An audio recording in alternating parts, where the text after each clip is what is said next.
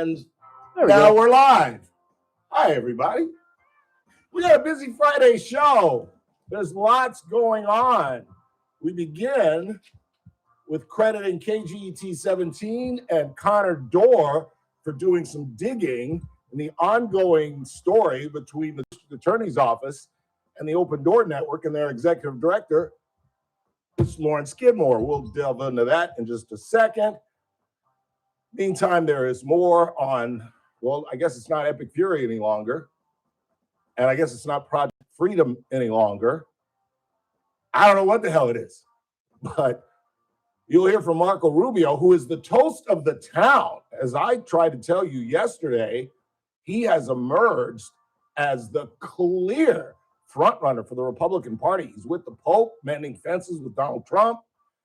And we've got some audio that I told you that they've already made into an ad, which basically says, oh, I'm running. Oh, I'm definitely running. There's no question about that. And JD, you need to get the hell out the way. We'll get into that a little bit. And it's a Friday, so Rick Bentley will join us in just a matter of minutes. And in the 5, David Couch, supervisor, really assemblyman, short-time supervisor, but soon to be assemblyman, wants to talk about Measure A. Basically, the thrust of it, the crux of it is giving power back to a county and allowing us, for example, in the case of David Couch, who was moving on to the assembly and going to leave his senatorial seat vacant, this would now allow us, the county of Kern, to determine who follows David Couch and not the whims of Sacramento or the governor. And as David Brust said yesterday, who once worked for David Couch, if you live in Kern County and you vote against this, you should go to Tulare, Kings, Fresno, LA, go to some other county. There are 57 others. Go to those. No, we're just kidding. But we begin with my favorite topic, which of course is what, Mr. Burdick? Yourself. Ralph Bailey Jr. I was so pleased and happy with my drapes up, Mr. Burdick, when I saw a man in a brown suit approach my door. He came to the door with this brand spanking new card. I love Chase. Okay. I got compromised on Wednesday. I've got a new card on Friday. This was about 10:30 this morning. I went to Arco. I got some water. I enacted this by putting it in the ATM machine. I went back home. I waited for my Uber. And about, what does it say there on the text message there, Ms. Burke? Right around 2:15? 2:45, actually. Less than an hour ago, I received this from Chase. Read it, Chris. Go ahead, tell him. Go ahead, tell him. Chase fraud. We declined a $96 purchase ending with 341. Oh, sorry. Let's don't give out any more information. I apologize. The whole country's got my damn info. Let's don't spread it all around Kern County. DoorDash at this point is charging you once again $96. Now, I have shared this information with my friends and colleagues here at the radio station. And once again, our associate producer, I think, has come up with the greatest hypothesis. She guesses that DoorDash likely tried to charge it again. That's a good possibility. However, it's a different card. Oh. If I had the same card number, that logic would hold. But this is a whole different card number. Why am I telling you this? Because I need someone to call in and text me who has banking knowledge. How is this happening?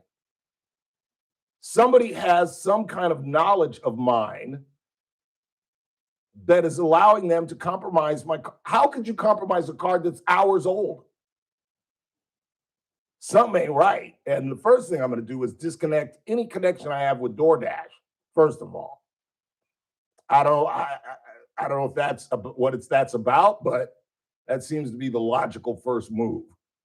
And then, since this happened less than an hour ago, I haven't been able to call Chase quite yet and ask them what the hell is going on. And then I got to give them another $15 so that I can get my next new card by Monday, which means that I'm going to be in my favorite city without cash. Well, I'll have like 200. I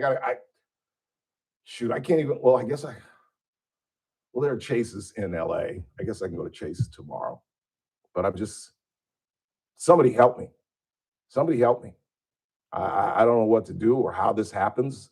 Has this ever happened to any of y'all? Anyway, we begin, however, with the huge story the KGET 17 is reporting.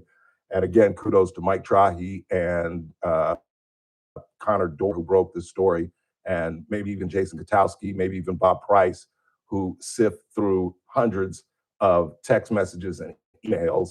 I told you, if you remember correctly, that this was going to happen once KGT, and I think Mr. Flores, and I think one of the news organizations made FOIA requests or public records requests. I said then, inevitably, eventually, we're going to find out what the relationship is with BRS, when it began, and when the poison pen letters to Lauren Skidmore began. And as I predicted then, it turns out that the relationship began long before Cynthia Zimmer had her flunkies personally attack Lauren Skidmore. Remember, the ongoing question that I demanded be answered was, okay, fine. You want to fire the Open Door Network? Fine. But why have Ken Russell and another assistant DA personally attack Lauren Skidmore? And now we found out through the digging of KGET that a relationship with a new partner for the Family Justice Center began in January. The poison pen letters to Skidmore began in February. In my opinion, in this Trumpian era, I believe Cynthia Zimmer did this loud and clear, knowing that anybody with an IQ over 70 would know exactly what she was doing, and she just didn't care. She just didn't care. Because again, I hate to constantly use this, but this is Hansel and Gretel. You don't have to be Bob Woodward to follow the tracks that they decided we are done with this woman and we're going to move on, which is fine. But this is not the sequence that they broke down to us. You contacted somebody, which is fine. BRS has no implication in this. And let me be honest, I'm biased because I am friends with people that are involved with this, but I can still say objectively, they caught the fumble. They caught the fumble. The tackle was made by Cynthia Zimmer, who dislodged the ball. BRS just happened to be standing there, caught the fumble, and now they get the advantage of this. But one thing that 17 has reported that is clear is that there was no issue with the Open Door Network when they entered into this relationship with BRS. And it almost seems as if they created a situation with Open Door Network and Lauren Skidmore. And again, the question, even if that's not true, the question still demands, why did they personally go after Lauren Skidmore? My speculation, she was on team Christina Scrivener and not on team Zach Scrivener. And there is a reason that relationships, you guys got to keep it down just a little bit. There is a reason that cliches become cliches. And the cliche, blood is thicker than water, is just as appropriate in the 20th century as in the 21st century. That's my thesis. I think Cynthia Zimmer said, screw it, we're getting rid of her. How are we going to get rid of her? She hasn't done anything. Well, we'll cook something up.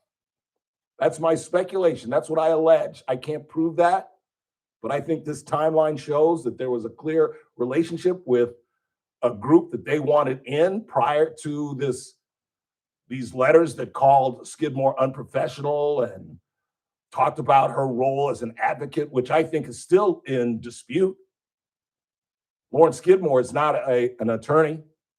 She is not employed by the district attorney's office. She has no obligation to keep her mouth shut in terms of cases. I think you can argue that. I'm sure the DA's office would vehemently disagree with me, but I would argue that. And I think you can make a great foundation for that. She is an advocate. She is an advocate for the victims. not a spokesperson or any way connected to the DA's office. But at the end of the day, this is just great radio fodder, and it's a great news story because I think the die has been cast. Cynthia Zimmer has absolutely ruined her career.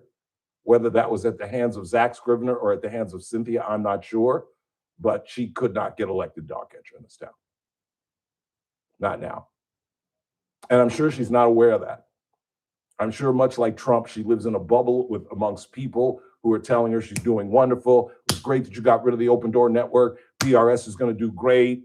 The way you handle it was fine. You're going to get reelected if you want to run again. Don't even worry about Ralph Bailey and the rest of these idiots who are criticizing you. Don't even worry about it. Okay. We'll see. That's what I love about politics. Talking to my mom last night, and she told me that she thinks I love politics more than I love sports. That could be true because they're very similar. Because you can make predictions like I am the mush in football, and you can see inevitably how they're going to turn out. And I told you when 17 made that public records request, and they were going to dig through and see the communications between all involved, I told you a rat was going to pop up, and a rat has reared its ugly head.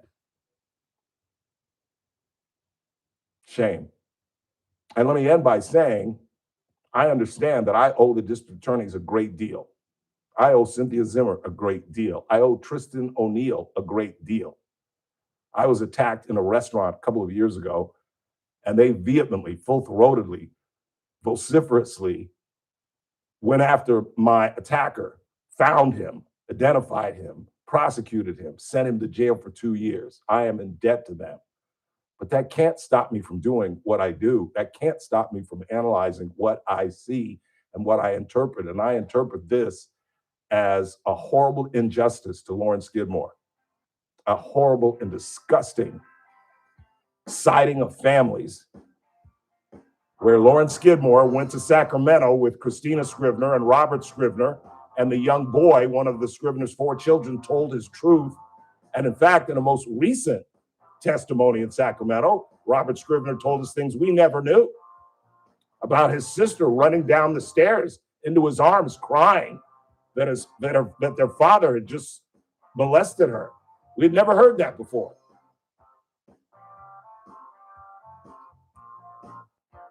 This is a terrible, horrendous abuse of power, if you ask me. It's on a tiny, tiny level, but I just believe that Ms. Scrivener's in this, or Ms. Zimmer in this Trumpian era, just doesn't care. Think she's listening to me? Probably not. Think she gives a damn what KGT is reporting? Probably not. Because they stuck a microphone in her face and she walked away. She literally walked away from a journalist asking her about this.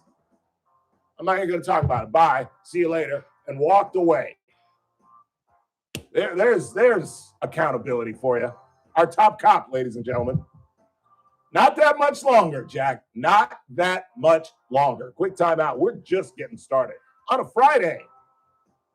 Kind of a crappy Friday.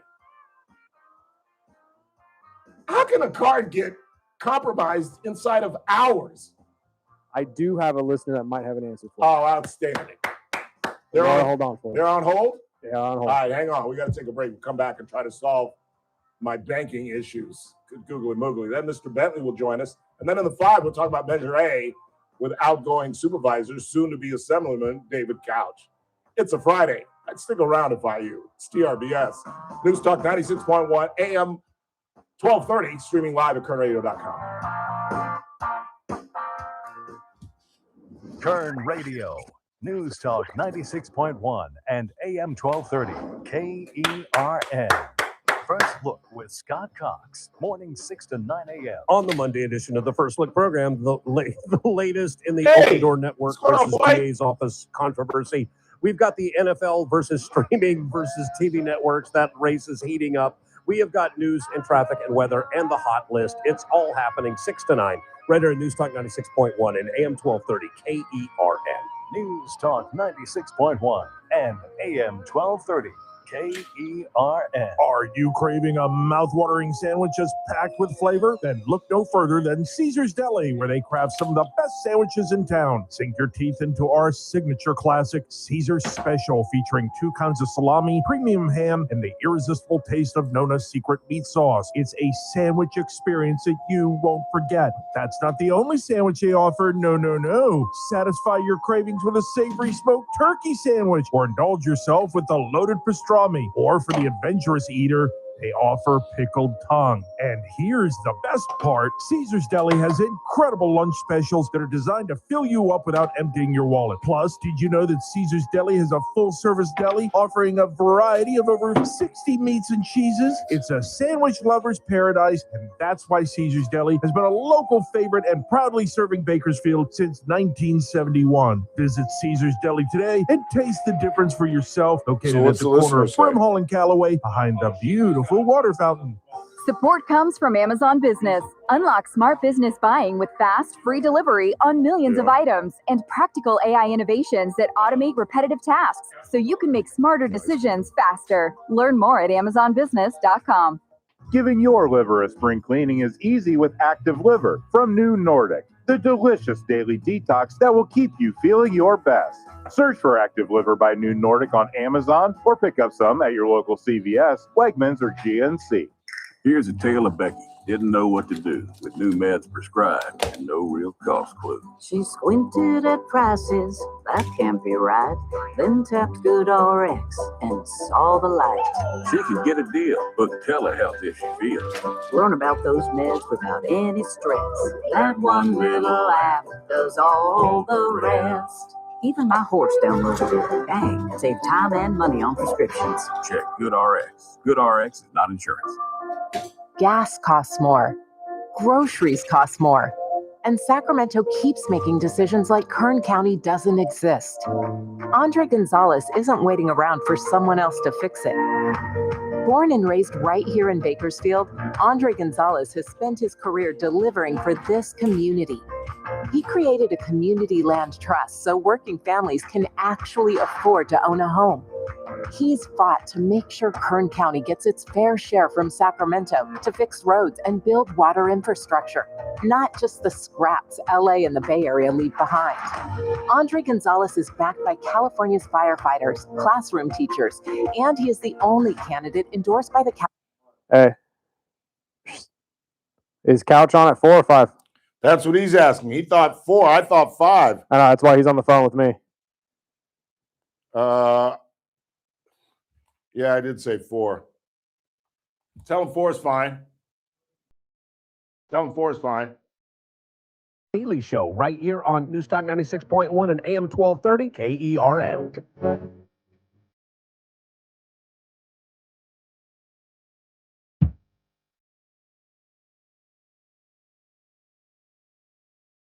Eight 842 KERN. So I got a couple of text messages from my friend Leanne and from Chris Orr, and they both think that it could have been read off the ATM at Arco. That's what they're thinking. But how did they get it the first time? I don't use Arco that often because it's cost me $3 to get $20 of my own damn cash. You just turn me on. There you go. Sorry. What is we got a caller? What do they say? What do you got? Laura's on the line. She may have an answer for All you. right. Hi, Laura. Hi, how you doing? Happy I'm- Friday. Happy Friday. So what do you got? So my partner had the exact same thing happen. She got a new debit card from U.S. Bank and went to Amazon Prime to update the card number. Yeah. Her new card number was already in the system. Okay.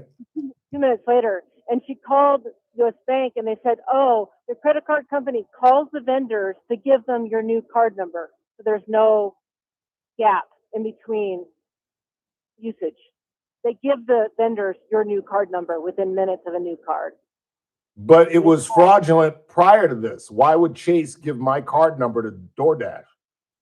So they're updating with all their vendors, is what they told her. But I had a fraudulent. I had a $96 charge on my old card from DoorDash. That compromised it. I asked for Well, a they new did card. anyway. I got the new card today, and I have the And they very still charge- same. I have the very same $96 DoorDash charge that compromised the new card already. within hours of me getting the card. Literally, You need to dump. Well, I need to dump DoorDash. that I said that. I don't know if you've been listening, but I paid cash with DoorDash, and I still got harassed because they told me I didn't give them enough money. But anyway, that's beside the point. yeah. Okay. But the credit card companies are giving the vendors your new number right away. It doesn't matter if there's fraud or not. Is what we're experiencing. Okay. I to be blunt, I don't understand what you're saying, to be honest with you. Well, anyway, I tried. All right, Anyway, Laura, thank you very right. much. I appreciate it. Do you understand what she was saying? So, and I don't know exactly how that's possible because I've never had that happen. But basically, what she's saying is that when you asked for the new card, Chase called DoorDash and other companies that have your old card set up as a reoccurring payment and somehow gave them your new card. Now, number. how is that possible when I have to re-up all my subscriptions? That's what I That's said the too. pain That's in why the I'm like, ass. I don't know. That's if the pain in true. the ass of getting a new card, is that all my subscriptions, which are plentiful, LA Times, the Californian, Washington Post, the Wall Street Journal, they all are going to, in 2 days, you're going to say, well, whenever my payment is due, your payment got declined from this card. And I have to resend them a new card. PG&E, I got to do that. I just paid my PG&E bill. I got to resend that. This could I mean, be not a resend new, it, but this could be a new policy maybe that just started. But to my knowledge, I'm the same as you. Every time that I've had to get a new card, even if my card just expired like mine did a couple months ago, I had to redo everything myself. we should call Chase on the show. We should call Chase at 4:30. Just hear what they have to say. I don't mind. And if they start saying, we've got a delay, if they start saying any of my personal business, just dump it. I can only dump a certain amount. Well, I mean, they're not going to say, all they're going to, if they start to go in like to my routing number, just hit delay.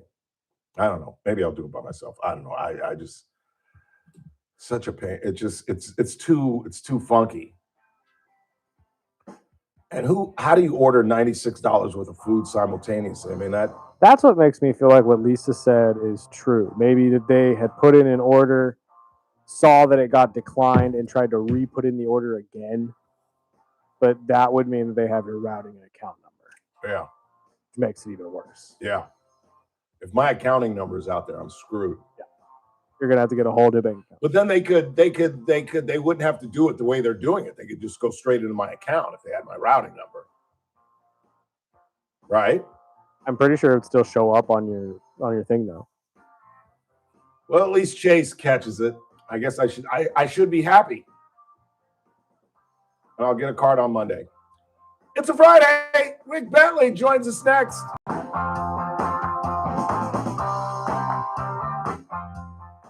Kern Radio, News Talk 96.1 and AM 1230, KERN. With us are news. I'm Keith Peters in Washington. Alabama lawmakers have approved a plan for new U.S. House primaries if courts allow the state to use different congressional districts in this year's elections. Republican Governor Kay Ivey signed the measure into law Friday shortly after the legislature approved it. The action came on the same day that the Virginia Supreme Court dealt a major setback to Democrats by overturning a redistricting plan that could have helped Democrats win as many as 4 additional House seats. The U.S. military says its forces fired on and disabled 2 Iranian oil tankers after exchanging fire with Iranian forces in the Strait of Hormuz overnight. The United Arab Emirates, meanwhile, reported another missile and drone attack Friday. The violence further undermines a month-old ceasefire that U.S. officials insist remains in effect. This is SRN News. Kern Radio, News Talk 96.1 and AM 1230, KERN. Headlines from the KERN newsroom. I'm Chris Davis. A man already in jail on a robbery charge from a holdup back on April 27th is now being charged with the April 15th murder of 60-year-old Michael Gauthier, which Bakersfield PD says happened on Taylor Street. 34-year-old Jerome Andreas was served his papers after a warrant was issued for the new arrest Tuesday. Gauthier was stabbed to death. Better pay, better hours, and better working conditions. The reasons that the workers at the Starbucks on Nile Street say they are joining the Starbucks Workers United Union.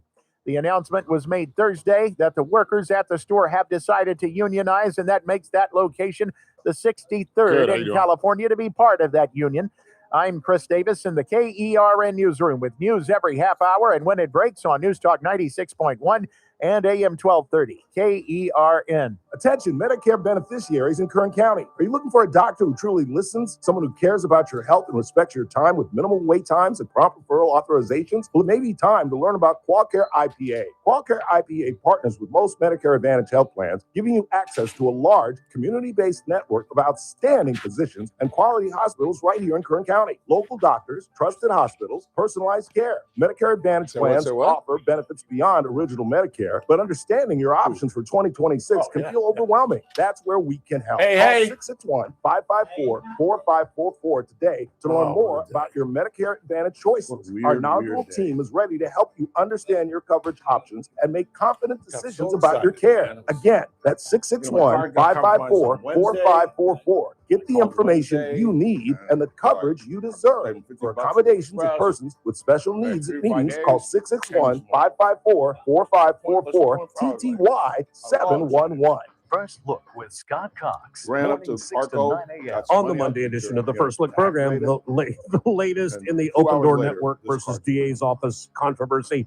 We've got the NFL versus streaming versus TV networks. That race is heating up. We have got news and traffic and weather and the hot list. It's all happening 6 to 9. Right here at News Talk 96.1 and AM 1230 KERN. News Talk 96.1 and AM 1230 KERN. Hey, it's JR Flores. Catch my show, The JR Show, starting at 1 p.m. Now back to the Ralph Bailey Show on News Talk 96.1 and AM 1230 KERN.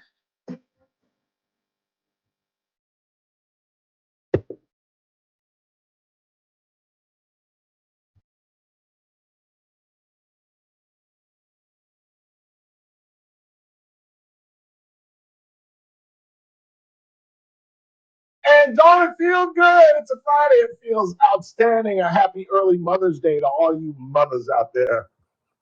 Wow. What? The plane just hit the ground. What? Just wishing all the mothers it's the enunciation. Well, to the mothers and some of those mothers out there. Okay. All right. Hi, moms. Rick Bradley, everybody. Well, I've been better.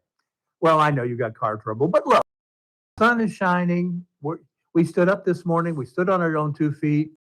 Let's be happy. On my way to Los Angeles, see my dear sainted widowed mother. Exactly. So life is good. I'm going to Los Angeles to see my son. I'll be penniless, but no, I'll have some cash. You know what? Money's overrated. If only that were true. For those of us who don't have any, it's overrated. You know, only that were true. Exactly. So what's really going on? I thought we would discuss legacies. The mogul? Ted Turner. The man that I think changed communication in a way that no one has? Yeah, I'm just curious. I want to get your thoughts about it because part of me admires what he did to change the world as far as news coverage. Part of me also hates him for what he did to change news coverage. Really? Yeah, and here's what I'm talking about. He started the 24-hour news. That changed the world. It gave us, it opened the door for everybody to cover news. It really was, he was a visionary. And we can add in all the other stations he started. Those were great. The Cartoon Network, the Superstation. He changed the UHF station and the WTBS. I admire him completely. The only question I have about his legacy as far as news is concerned is what always has bothered me about CNN when they got on the air. Because again, I'm going to talk about them because they were first to do this. Others have followed suit, but that rush to be first became the driving force. And so what we would end up seeing with CNN, I saw this multiple times, and I'll make up an example. CNN would break in and go, "We've got a breaking story, airplane crashed, 100 people killed." 3 or 4 minutes later, we're breaking in, We've had an airplane crash. 38 people have been killed. About 5 or 6 minutes later, update on our story. There's been an airplane crash. 3 people are dead. And the problem I always had with CNN was that rush to get out. As soon as they got anything, then they would eventually have to backtrack as they got closer to what really happened, without ever saying we erroneously reported or we jumped the gun by saying 100 killed and now we all know it's only 38. And so I really felt like that tainted, as much as it's important what CNN has become and what it did, I always felt like that tainted a little bit because that rush to be first took away some of what I thought was journalistic integrity. And maybe because I was working in newspapers at the time, and from newspapers, you could be doing a story on a guy, and your source is his wife, and she's telling you everything about the guy, and your editor's going to say, "What's your second source?" There's always that, we've got to prove it. And so that was the thing. I just felt like that a little bit tainted the news legacy for Turner a little bit. I completely agree with you, and I completely disagree with you. Okay, well, I agree with you that there is a rush to judgment. I've often told my audience that whenever there is a catastrophe, the first reports are the most erroneous, right, most unreliable, and really kind of nowadays have to take with a grain of salt. Yeah, a big table. I disagree with you about placing it on the doorstep of Ted Turner and CNN. Rushing to judgment in journalism, I think, as you well know, ain't nothing new. Yeah, but it became more prevalent because of the 24-hour news cycle. I mean, yes, we could talk about what CBS and NBC and all the major news outlets were doing. Yes. And you know what I would point to? I would point to Ronald Reagan's assassination attempt. Well, in which the networks, not CNN, but the networks reported initially, because I was a freshman in college, right, that James Brady was dead. Right. There was the famous Frank Reynolds having an epileptic fit on the air, where he said, "God dog it, let's get this right," because he had reported that Brady had died, right, and that Reagan was uninjured, when in fact Brady was alive and Reagan was in fact injured. Well, you sort of answered your own question in the fact that you had somebody upset that we did not get it right. The thing I'm saying, but that was in 1980. That's pre-CNN. Yeah, but I'm just saying, CNN took it. They would do it repeatedly because they had that 24 hours to fill. They were given that task. We always thought, well, you should be able. There's enough news to fill 24 hours, and good and well that's almost an impossible task. And you'd have to have an army of people to do it. But I think they made it look so much grander because they were doing it constantly. And at least the networks would then say, we erroneously reported, we jumped, they would. And you don't think CNN does that? I think CNN, I perfected it. I think they became the standard for that. We don't have to correct ourselves. We don't have to have a second source. We're just going to report, and we're just going to believe that the audience did hear the first one when we come back with the second. I think and the that's third and fourth. unfair. No, I think that's unfair, and maybe it's because I feel like I'm a part of the CNN family. Well, I because get if it. it weren't for CNN, I don't think I'd be sitting here. And the 2 internships don't that get I me did wrong. with them. I think CNN has a tremendous legacy in the world. I'm just throwing out there that I feel like that rush that CNN sort of made the standard for all. See, I am shocked that you would say that as a learned journalist. Why? I mean, because we can go back to William Randolph Hearst. I mean, I can give you the history of journalism if you want, but you're making it sound like CNN started all the bad aspects of journalism. Oh no, let's go through it. I mean, let's talk about the yellow journalism. Yeah, but we can get Burdick in here. He's a communications. Wait. William Randolph Hearst wasn't on 24/7. He put out a publication every day. Okay, I'm talking about CNN was a constant 24/7 perpetuator of false news. So how did that?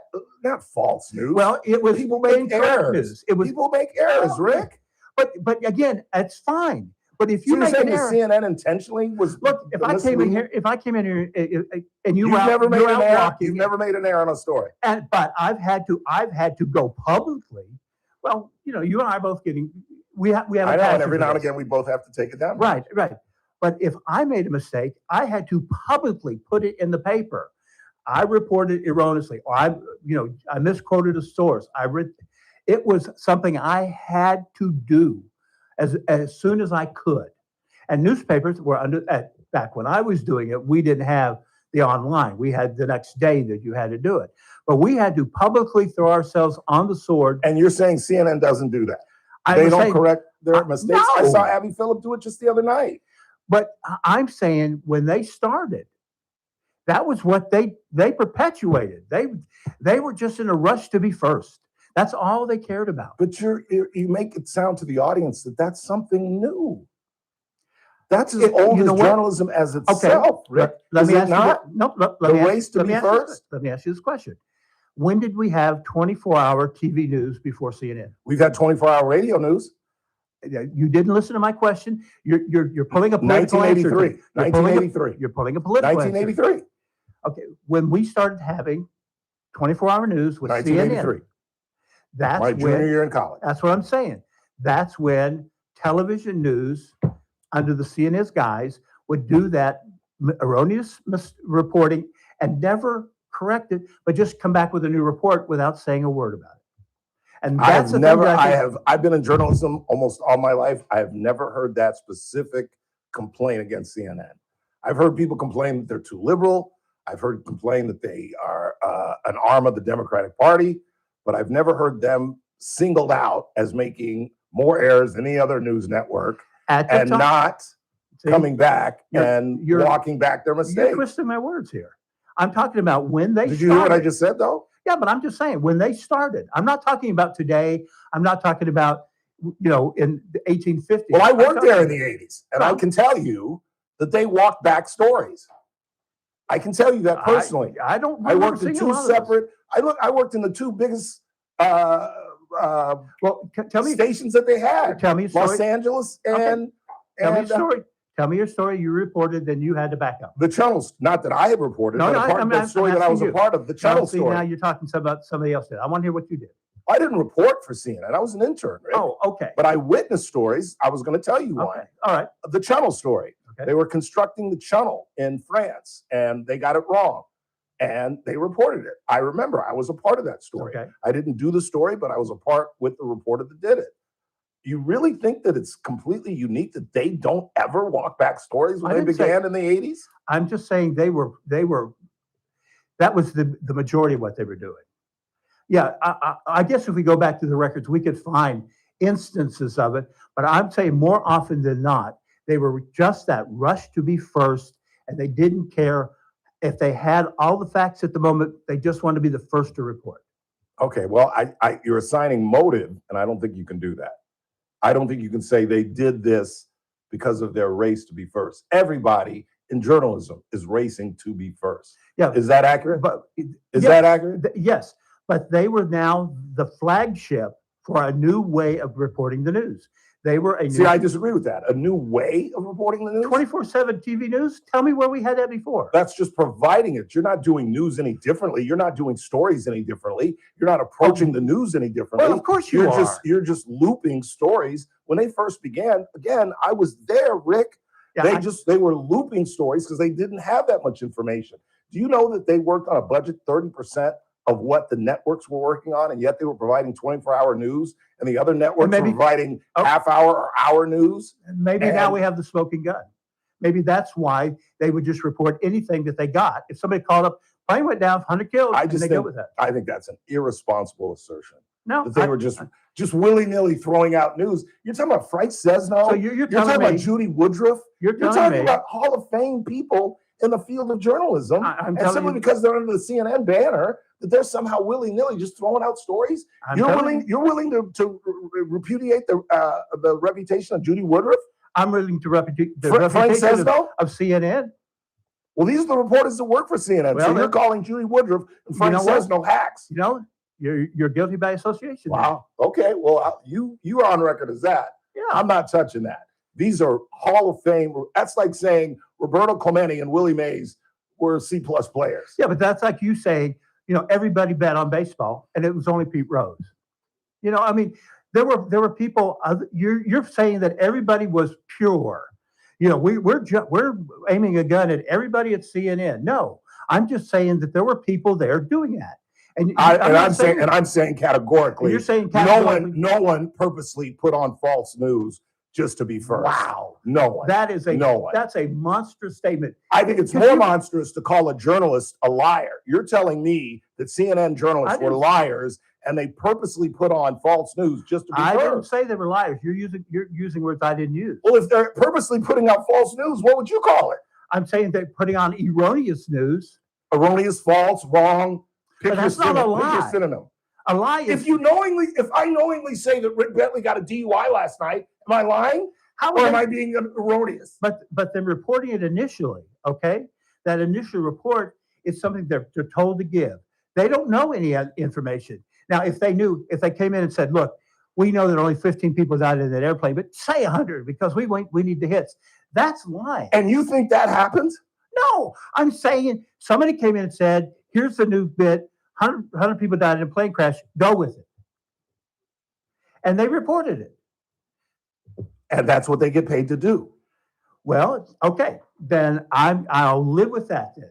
If you say it was okay for CNN to just be first, report any story that came to them immediately without a second source, without full reporting, and then walk it back repeatedly without admitting they rewrote it, if that's what you want to do, that's fine with me. If you want to create that scenario, I would disagree with it. But that's not the scenario that I experienced. Yeah, but that's not the experience that I understand. And as much as I despise CNN, I give them enough credit to think that they don't purposely put forward erroneous stories just to beat the other guy.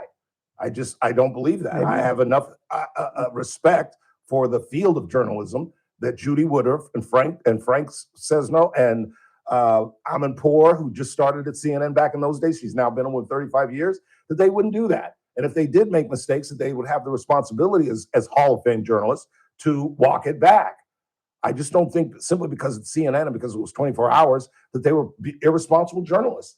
If you look at the roster of reporters that Ted Turner put together in the 80s, you're talking about a list of some of the best reporters that he stole from ABC and NBC that have been with him for years, and many of them are still with them. Judy Woodruff left PBS to go to CNN. Would you argue that she's not a Hall of Fame reporter? That's not what I'm saying. I'm asking you a question. Because I'm asking you a question. Would you call Judy Woodruff a Hall of Fame reporter? Okay, sure. Would you call Frank Sesno a Hall of Fame reporter? Sure. Well, don't do it like that. I mean, these are I'm just saying, well-respected members of our field. You're deflecting the story. No, I'm proving that CNN was filled with Hall of Fame reporters that have integrity and that you're tearing apart. And so you're saying because you're in the Hall of Fame, you never made an erroneous story. Not an unethical one, no. Not an unethical one. So you keep twisting it back to unethical. If you do it purposely, it's unethical. But I never said they were doing it purposely. Then how are they doing it accidentally? If somebody walks in here right now and says, Ralph, we just found out there's a car wreck on 99, there are 8 fatalities, do that story. Now, do you know that's true or not? Are you going to say, wait a minute? And who told you that CNN was working on one source stories? Where did you come up with that? I as an observer, okay? As an observer, 3,000 miles from the CNN newsroom, you've decided that their stories are all one source stories. You don't think I'm smart enough to observe that? I don't think anybody's smart enough to know what sources who has on a story. What sources did Woodward and Bernstein have? Can you tell me that? You observed Watergate.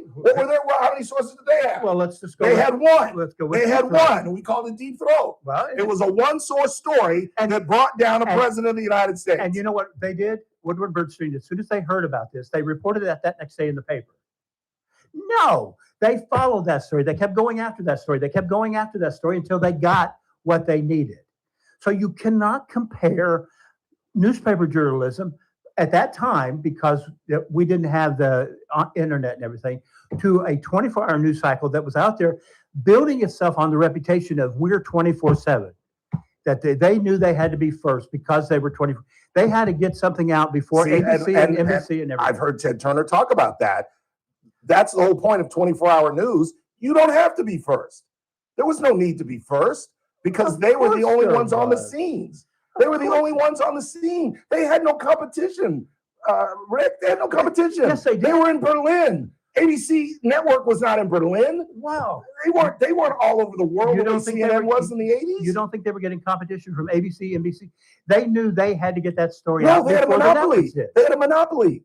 Nobody was doing what they were doing. But you just said they had a budget smaller than everybody else, a staff smaller than else, but they're doing better than all the networks? Yes. Wow, you keep zigzagging around. How? When are you How? running for politics? You're telling me that if I'm running a 24-hour news agency and you're doing an hour and a half, then I'm not going to kick your ass? No. Why? I can cover a story that happens at 2 a.m. You can't. Yeah. I can cover a story that happens at 3:30 in the morning in Kuala Lumpur. Yeah. You can't. But what you I can cover a story that happens at 7 a.m. in Amsterdam. You can't. But what you can do is you can report it first because you got the information and didn't take time to verify it. And I don't then have you'll to come back- rush because I'm not in competition with nobody else because nobody else has a bureau in Europe like I do. But you I'm in haven't. Kuala Lumpur. I'm the only reporter in Kuala Lumpur. But you're building yourself as 24/7. We are there for you constantly. And so we've got to be, if you're coming in after ABC with your story from Kuala Lumpur, then you're not doing the job of what you said you're going to do as a 24/7. How so? You're Why getting not? beat. How am I getting beat? I've got the Kuala Lumpur story. Nobody else in the network has it. Okay, now we're apples and oranges. No, how is that apples and oranges? That's the reason I don't have to rush. Yeah, I've got a I'm monopoly not on something. I can do something you can't do. Well, you're arguing stories that don't compare. I mean, yeah, okay. They had an exclusive interview with somebody and ABC didn't. Okay. So they could run it whenever they want to. They could wait for months to do that. We don't have to make it international. If a plane goes down at 3 o'clock in the morning, I'm on it and I've got it on the air at 4 a.m. You can't get on it till 7 a.m. or noon or 6 o'clock that night. There's no over desire to rush. I've got a monopoly. I can go on the air any minute of the day. You've got to wait until your 6 a.m. news or your noon news or your 6 p.m. news. Well, then explain to me why I would see stories where we would have those stories that were changed every 5 minutes without any explanation. That wasn't my experience. If that was your experience, you had a different experience than I had because I was there. Well, granted, 2 summers. Maybe you were too close. I have a greater belief in journalism than you do, I guess. Look, I just don't think you think people at that level fudge stories at that great a level and that often? And you believe everybody's so ethical that they wouldn't. Yes. Okay, well. Yes. Yes. You know what? I think the overwhelming majority of journalists, I would say about 98% of them, are incredibly ethical. Yes, there are 2% that plagiarize and go on a hunch or a story. But yes, I believe that 98% of the journalists that are working today are ethical and follow up and get stories and sources and cultivate those sources. I think I could argue with your percentage. I think it's more than 2%, but we'll let that go. Wow. It's almost like you have a disdain for your own profession. Well, what I'm saying is I spent 40 years watching television. Okay. I'm not your casual observer who wandered in there off the street and just said, Ralph, I feel like CNN was doing a bad job. I spent years watching them, watching every night's telecast, watching what CNN was doing, what the networks were doing, and as all the other fledgling news channels came along, I began watching them. My job was to watch that stuff and evaluate that. So I kind of bring 40 years of experience into this from an outsider's point of view. But you're not in the newsroom. How can you just categorically say they're reporting one source stories? What if I'm at CNN and the fire chief tells me that 100 people died? Okay. And then I go to the coroner and the coroner tells me 100 people died. And then I go to the guy with the FAA and the FAA guy tells me 100 people died. And I go on CNN and I say 100 people died. And the coroner goes, oh, wait a minute, we were wrong. But you would come back and say, we reported that 100 people died because we were told by the coroner, by the chief of police, by the fire department, these 3 sources reported to us that 100 died. And how are you concluding that CNN doesn't do that? From watching. I watched day after day of them break a story and then moments later come back with completely different facts and figures. I saw it. I watched it. Okay. Well, I think journalists make mistakes just like policemen, just like radio talk show hosts. And it's been my experience that all news organizations, you know, the Bakersfield, California, when I first started, had the, I think it was OTR on the record or something. and- Most newspapers put it on the front. Yeah, no, that was. And news organizations report their errors. And and you put me in a really awkward position where I'm sitting here defending CNN, which I don't like, but I do believe I think they're an ethical news organization. I'm not and in again, terms of reporting stories. You keep wandering back to that ethical thing, and I never talked about ethics. I talked about somebody being told to report a story, going with that story, then coming back later and adjusting that story without ever saying, our previous story was incorrect. Is that ethical? Is that yes? To not? Yes. What you just No, described. it is okay. unethical. Then why do you yell at me when I say it's unethical? What you're describing. But you're throwing this whole blanket on everybody out there. Well, you said CNN. Yeah. Well, I'm saying in those instances, I'm not saying everything they reported. Well, I mean, when you say CNN, you say CNN, unless you can like chronicle stories. I don't know how to make this clearer. I'm talking about breaking news stories when they were starting the channel out, that they're rushed to be first. That's what I was talking about. You've taken into this grand story about the ethical natures of journalism, and I'm talking about what I felt like. How could we not? When you just described an unethical situation, Rick. Well, you just described your whole argument is that they are unethical. Okay. Is that not right? Am I wrong?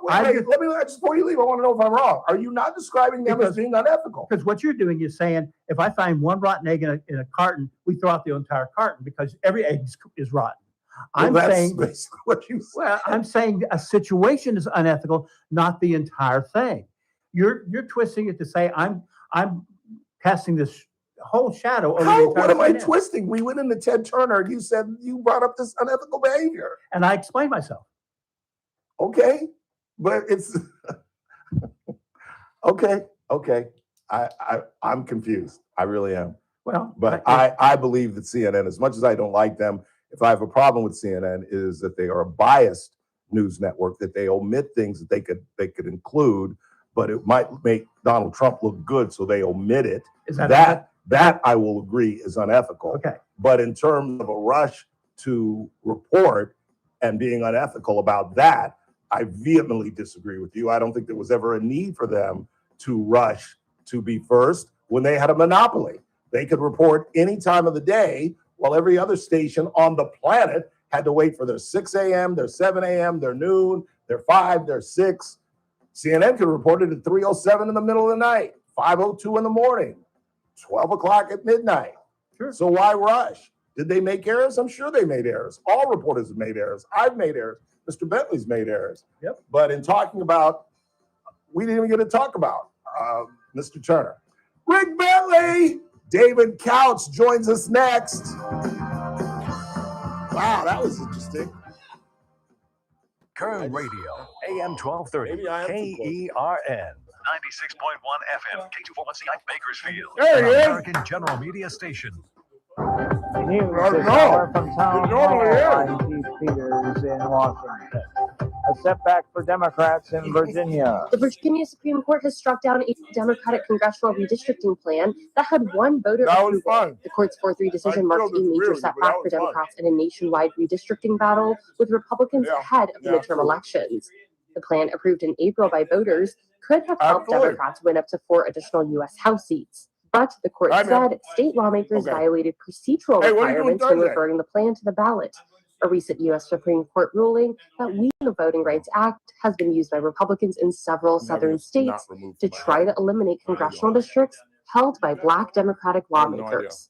I'm Haya Panjwani. President Trump says U.S. forces again showed their superiority Thursday, responding to Iranian fast boat attacks in the Strait of Hormuz. You probably heard we took our 3 destroyers and we rammed them through some pretty big stuff today, and destroyers were hurt in any way. Was that good? The people weren't hurt, but they were firing at us, and we were firing back at them. The president also told reporters in Washington that the ceasefire was that good? holding despite the Did you hear violence. what happened with my card? Secretary of State Marco Rubio says European allies got a must brand new move one today. beyond rhetoric and take Hour concrete later, action against Iran. The fundamental question Hour every later, country, not same Italy, $96 every country needs to DoorDash. ask themselves is, are you I going to haven't called him normalize yet. It just happened.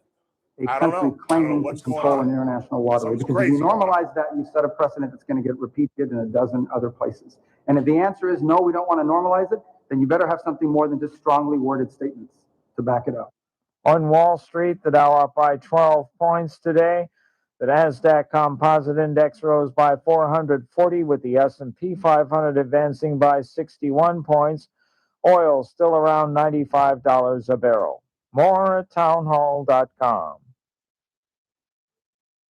Advantage Gold, America's #1 precious metals company, is sounding the alarm that a storm is coming and that now is the time to diversify your portfolio before it's too late. That's why we're offering an emergency gold and silver protection kit valued at $49, absolutely free for anyone who calls today at 800-900-8000. This kit includes critical information for investors with a retirement account seeking to own physical gold and silver, but want to do it tax and penalty free. Advantage Gold has helped investors protect and secure their wealth with physical gold and silver since 2014. Call Advantage Gold now at 800-900-8000 and we'll rush your emergency gold and silver kit plus a free copy of Ken Rogoff's book, Our Dollar, Your Problem. See how gold and silver can help you protect and secure your wealth with the help of Advantage Gold. Results vary. Consult your tax advisor before investing. Call 800-900-8000. That's 800-900-8000. Marcus, Cray. From the KERN Newsroom, your live and local news update. An arrest in a fatal stabbing that happened last So month. what's really going I'm on, Chris man? I haven't Davis. seen you in a long And the time. person who was arrested, 34-year-old Jerome Andreas, is already locked up on a charge of robbery from a holdup that happened April 27th. The stabbing he's being charged with happened April 15th on Taylor Street. That's when Bakersfield police say 60-year-old Michael Gauthier was found dead. Prosecutors say an arrest warrant for Andreas's arrest came Tuesday, and he was served soon after. More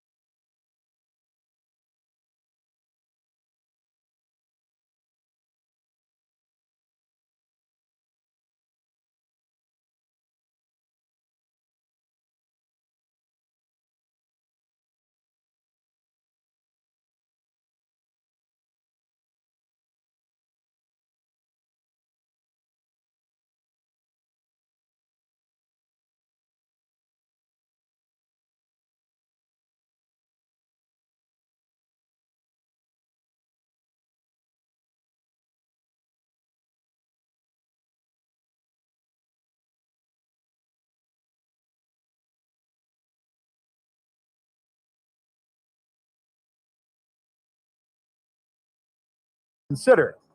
California's average price for a gallon of regular remains at $6.15, says Gas Buddy. I'm Chris Davis in the KERN newsroom with news every half hour and when it breaks on News Talk 96.1 and AM 1230. KERN. To the rest of in a month from now, this Hollywood big shot's gonna give you what you want. Too late. They start shooting in a week. I'm gonna make them an offer they can't refuse. The Ralph Bailey Show. News Talk 96.1 and AM 1230. KERN. And I've seen the promised land. I may not get there with you, but I want you to know tonight that we as a people will get to the promised land. Call in or text to 661-842-KERN. That's 661-842-5376. Listen live at KERNradio.com. Now, the host you've been waiting all day for. Live from the KERN studio, here's Ralph Bailey. Hour 2 of the broadcast on this Friday. Still lots to do. Coming up just about a minute, we'll talk about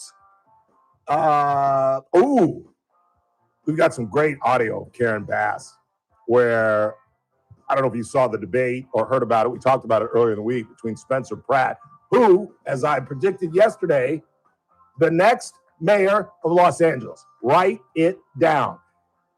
Again, as I reported yesterday, 89. Have you ever heard of this in your life? Ever heard of this in your life? And I'll ask our politician if he's ever heard of this. 89% of the people that watched the mayoral debate in Los Angeles thought Spencer Pratt won. 89%? Like I said yesterday, Reagan didn't beat Mondale 89-11. Lloyd Benson didn't beat Dan Quayle 89-11. Sir, you're no John Kennedy. That didn't even get 89% support. Telling you, Spencer Pratt. And wait, and then the fact checkers. Because remember, as I said yesterday, there was a point where Pratt called Bass a liar. The journalists jumped on with no name calling, sir, no name calling. Well, a couple of fact checkers got involved. Wait till you hear this audio. Karen Bass, as Mr. Bentley would say, no, I'm kidding, is reporting erroneous facts. But in the meantime, as you can tell, for those that are viewing on YouTube, Supervisor David Couch, ladies and gentlemen. Can I call you Assemblyman-elect? No, because we haven't had the election yet. And didn't stop him in Virginia. Well, I guess it did. A court came in and said, no, Today, they stopped you can't do that. Yeah. I'll explain that in just a second. But a lot of things are happening around the country with regard to that. Oh, it's crazy. I knew that's why I was so against the Supreme Court decision. Not only was I against it because they're tearing up black districts, but I knew this was going to create what it's created. Where Virginia, I don't know if you understand this, but Virginia, and this is another reason this was the one reason I think this is a good decision, because now it shows how stupid it is we don't elect somebody on one day. Because why they had to stop this thing in Virginia, the redistricting, it's because they're already voting. Ralph Bailey in the Commonwealth of Virginia voted a week ago, and now you're going to change the districts? That's like Chris Burdick coming to me. I'm a bookie, and he says, I want to bet on the Lakers tonight. Okay, Chris, the line is 7. You can lose by as many as 6. And then right before tip-off, I say, oh, sorry, Chris, the line's 3. Sorry, you can only lose by 3 now. What? I already put the bet down. It's the same thing. It's the same thing. Is that not a decent analogy? You have an incredible way of making something analogous to wagering on sports. Well, that's from being a long-time degenerate. You know that. That's just a part of the deal. But anyway, let's get on the topic. Measure A. Measure A. Your former colleague, or former employee, I should say, Mr. Brust, local restaurateur at Overall Good Egg, said that if you don't vote for Measure A, you should move out of Kern County. I didn't hear him say that. That's what he said. That's what he said. And I think momentarily I agreed with him. On the radio, he said that? Yesterday afternoon, right in this very room. And Right. for about 45 seconds, I agreed with him. And then I just had to say, no, vote the way you want, you dummies. What say you, sir? Well, there's gonna be one. It is the last thing on your ballot, so I'm asking you, don't get ballot fatigue and just quit, because you see all these names, and some of them you're only going to know a handful. Let's take a look. I just happen to have my ballot with me. Very last thing on your ballot. The whole front page is the governor's. Governor's race, yeah. So you should Okay. have you should have 2 pages. Yep, that's the governor's. Vince is on the back of that. Where's your other page? And then my other page has At the bottom. Measure A right there on the bottom. Last thing. So So let start me, there. let me go right here. Start at the end. Don't start at the beginning. It's easy. You'll get momentum this way. Yep, I agree. So it's easy. Vote yes on Measure A. All right, who am I voting for treasurer tax collector? Chase, since he's the only one running? Chase is a good man. I like What him. about auditor, controller, county clerk? Carlton Lennon or Amy Espinoza? Amy I'm going Espinoza? to let you make all your choices. Amy Espinoza. I love Amy Espinoza. She's a good person. She's a very good person. Jeff Flores, your colleague. What else I got going on here? Superintendent of schools. I'll do this later. But anyway, give us the ins and outs of Measure A. It's really simple. There's 2 different kinds of counties and 2 different kinds of cities. You can be a charter county or a charter city. You can be a general law county or a general law city. Unless the electorate, the voters, decide to become a charter county or city, they're general law. That's what we are right now. Bakersfield's a charter city. We're a general law county. Measure A would do basically 2 things. It says yes, we'll become a charter county, And 2, we adopt our charter, which is like our Constitution. Right. We're changing one thing from the way we operate currently, and that is just this. In the event of a vacancy on the Board of Supervisors through a death, a resignation, whatever, Or someone getting elected to the assembly. which you're going to have at the end of this year, okay? Full disclosure. You, right now, if we don't pass Measure A, the governor makes that appointment. If we pass Measure A, we are giving the Board of Supervisors the option of either appointing someone themselves or, and this is probably more likely, they can call a special election. As has been the case. As And we- we've seen both cases, actually. We Well, saw yes. Schwarzenegger appoint our mayor, Karen Goa. Correct. That was back when Rubio went on from the To board Chevron. well, you went to the state senate first. Oh, that's right, that's right. Spent a couple of years there. Yeah, and then he got into the oil business. Yeah. Yeah. So, and that's when Arnold Schwarzenegger, then governor, appointed Karen Go, who's now the mayor. She was on the board for a couple of years. Now, recently, we had 2 years ago, almost to the day. No, it was in August. Yeah, it was a little, yeah, It was later in the year, a little later. I happened to be the chairman at that year, so I got this email when Supervisor Scribner resigned. That was on early in August, I believe, on a Wednesday night. Yeah, because we just commemorated the incident like a couple of weeks ago, right, Yeah. Chris? It was 2 years ago, a couple of weeks ago. So That when Zach didn't get arrested. exactly, so when he resigned from his office, that was on like a Wednesday night. On Friday, they called a special meeting, which only takes 24 hours notice, for Monday of the following week. And on that Monday, we met for one purpose, and that was to call a special election in November, special for District 2, which Chris Barley ended up winning, but it was held in November at the same time as all the other elections were Right. being held. So, Which was brilliant, so we didn't have to waste that money. but it was a very short time frame because Monday of that week, we called the special election at that special board meeting, and Friday of that week was the deadline. So people had to run down there, get their papers, get all their signatures, get everything filled out, which usually takes longer than a couple of days. Another reason that I laud Amy Espinoza. Did she have something to do with that? Just kind of speed up the process? No? Well, she did it. She did it as fast as Well, that's what I'm saying. she accomplished it, put it that way. Yeah, that's what I'm saying. So that's what happened then. We called a special election. The whole point of that story is the board could have done nothing and allowed the governor to make an appointment. It happened to be that there was enough time to call a special election. We did that. I can't guarantee they're always going to do that in the future, but the point is Measure A gives the local people, let's say they don't want to call a special election. You at least have the ability to go talk to your board of supervisors and recommend someone or recommend against someone. Right. Good luck with the governor, whoever that is. And frankly, I don't want, it doesn't matter the party affiliation. I don't want somebody from Sacramento appointing one of our elected officials in Kern County. Exactly. City of Bakersfield is a charter city. If they have a vacancy on their council, guess what? The council gets to appoint a replacement. It only makes Or sense. they can have a special election. We want to do the same thing. Yeah, I compared it to states' rights. Right, exactly. I mean, the states have the Exactly. ability to do what they want with their elections. The federal government can't come in and tell them what they do unless it's unconstitutional. You're going to hear from some people who don't want this for whatever their reason is. Oh, it's going to raise your taxes. No, it's not. It's not going to lower your taxes either, unfortunately. It does nothing to your taxes. It only changes this one item in the way we do business. Yeah. Is there even a group that's trying to fight this? No, well, there's not organized opposition for. Yeah, I think this thing's for the- going to be 70-30. Don't Well, you? here's the issue that we see that we're trying to Avoid? the hurdle we're trying to get over. Yeah. We did some polling, okay, and it was around 50-50 before anybody knew anything about it. Really? But when you tell people about it, it moves up significantly. I would think. Okay, but what does that tell us? We have to tell people about it. Yeah, absolutely. So I'm doing the best I can to speak to every group I can, and we're handing these out door to door. And there's groups of grassroots people who I want to say a big thank you to that are walking door to door. And so if somebody comes to your door and knocks on it and wants to talk about Measure A, be kind. They're just out doing what they think is for the good of the order. That's what you got to do. Exactly. That's what you got to do. They're involved. You got to knock on doors. You got to let people be aware and at least give them the knowledge that they can make a smart decision. And if you don't vote against Measure A, you're an idiot. No, I'm kidding. Feel what you want to just.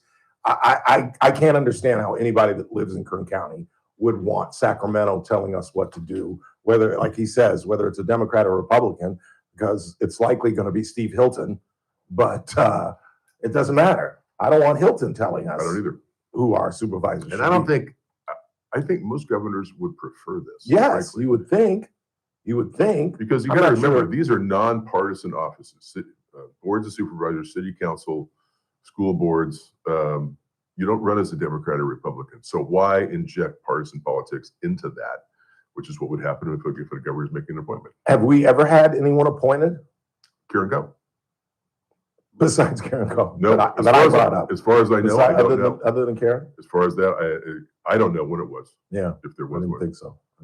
But yeah, There's only I been brought up Karen. those didn't two know. recent times that I even know about. Yeah.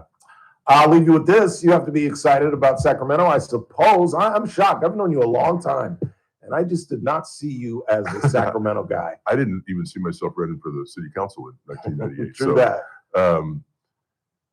I've complained about it for a long time, and I just think if instead of just complaining about it, I'm going to try and go do something about it. And I'm looking forward to it because almost with a sense of curiosity more than anything. I want to, and I can tell you a little bit. I've gone a half a dozen times now, maybe just trips for a couple of days and back.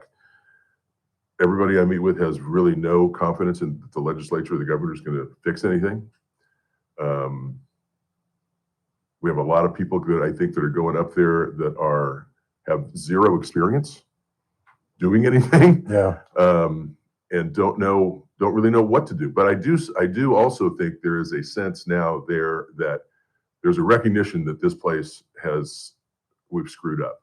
It's in a bad place, and they know they have to fix it, but I don't think they know what to do. Yeah, that's exactly it. They may know what to do. Some of them may know, but they've got this contingent of people they've got to deal with. That Unions. won't let them do that. Yes. Right? Whatever that fix is. Unions, longtime legislators, et cetera, et cetera. That's why I think we have a chance in the gubernatorial race. Normally, I would say a Twinkie with a D after its name would be Hilton or Bianco.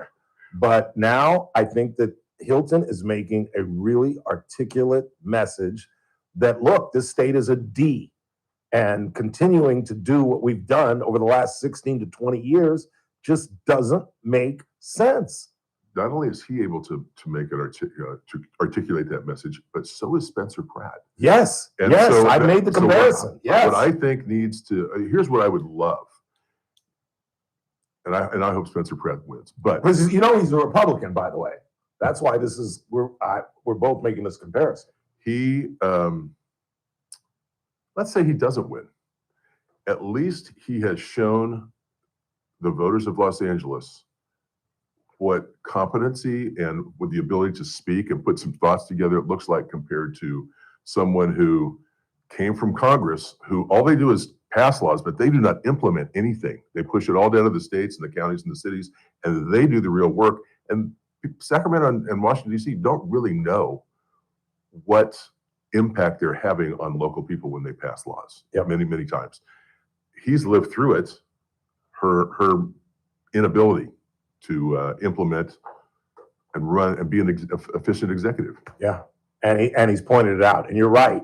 And he's able to articulate it. He's going to admit, even if I'm wrong about him being the next mayor, he's going to scare the crap out of her. And you're right. He's sending the message because I don't know what's harder, becoming a governor as a Republican or becoming the mayor of Los Angeles as a Republican. Probably mayor. But both guys are going to scare the hell out of the Democrats.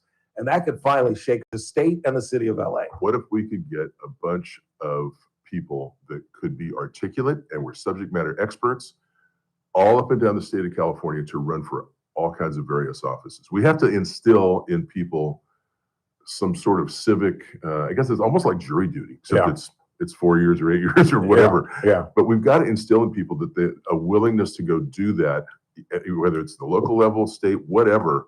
We need people that have experience and knowledge. Stan Ellis is a perfect example. Yeah. That have done things and can go and lead and be effective and know and understand the impacts that they're going to have. And he's been able to articulate it. Steve Hilton is, Stan was. I hope I'm better than I am right now. And we've got some other local folks that are getting in the fray. I'll tell you during the break, I can't say over the air, but someone we both know and respect highly who is finally getting in the game. And interesting. I don't know. This person's going to make a difference. And I think you're right. I think there is a sea change going on. I really do. I can't wait till the break to hear about this. Yeah. I think there's a change coming. I really do. And I think Bianco, I think there's a chance because Becerra's out. You do know that. Javier Becerra's out. We had some audio that I stole from Abby Phillip that's gone viral where a member of the Biden administration said, everybody in the Biden administration knew Becerra was sucked, basically is what she said, to put it like a sixth grader. She basically said, you could ask anybody in the cabinet. He was a horrible HHS secretary. And this has gone viral. And after the debate, his numbers have dropped by 4 points. He's out. Katie Porter showed her ass the other night in East LA. She's out. It's between Steyer, Bianco, and Hilton. And I'm telling you, there is a remote chance that Bianco could elbow Steyer out the way because he has no experience. All he's got is more money than God. Apparently. Yeah, but I'm telling you, there's a funny feeling. Always good to talk to you. Good to talk. Assembly member, Thanks for the elect, or supervisor, or tennis player, whatever I'm supposed to call you. Yes, on Measure A. All right, very good. David Couch, everybody. Quick timeout. Not a lot of time before we get to the bottom of the hour. And at the bottom of the hour, we'll get into that Virginia redistricting case. I'll explain that analogy that I made if you didn't understand it and what it pertains to. Got some other miscellaneous news and notes. I'll tell you about the data breach at Canvas that affected not only the KHSD, but the Kern Community College District as well. And I've got some audio. We'll hear from Marco Rubio, the Secretary of State, and I think the leading contender for the nomination in 2028. And you'll hear from the president as well. That's all coming up on the Ralph Bailey Show on News Talk 96.1 and AM 1230. We're streaming live at KernRadio.com. Kern Radio.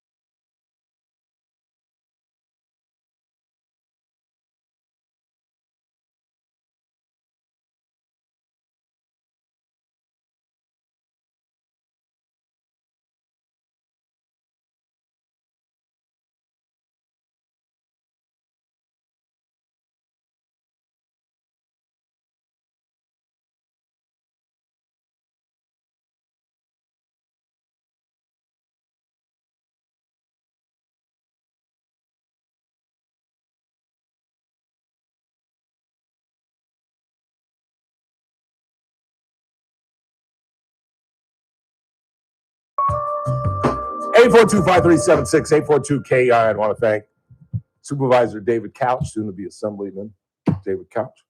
And again, yes, on Measure A. Let's make our own determinations on who is going to be a supervisor if somebody leaves, dies, molests their children, allegedly, whatever the case may be. Let's make the decision, not Steve Hilton or Gavin Newsom or anybody in Sacramento.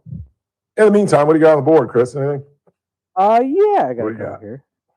It's been a mixed bag with a lot of these text messages between you and Rick, by the way. Ooh, let's hear them.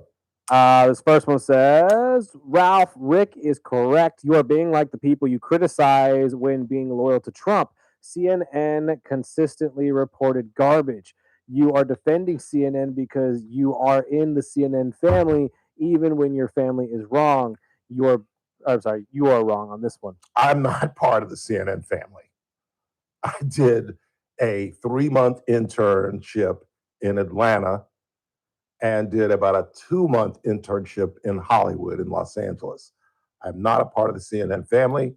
I despise cable news network because I think they are a wing of the Democratic Party, but I am a lifetime journalist, and I don't believe that CNN, in a rush to beat people that they didn't have to beat because they had a monopoly on time. That's the whole point of 24-hour news. There's no need to rush because we can report it anytime we want. You can't. So why would there, the whole thesis is based on their need to report first, when in fact they have access to viewers in the early 80s when they first started that no one on the planet had access to. You can't get news from ABC at 3 a.m. at LaGuardia Airport, but you can from CNN. Why would they need to rush? It's just illogical. Quick time out. We'll talk about the Virginia redistricting when we come back.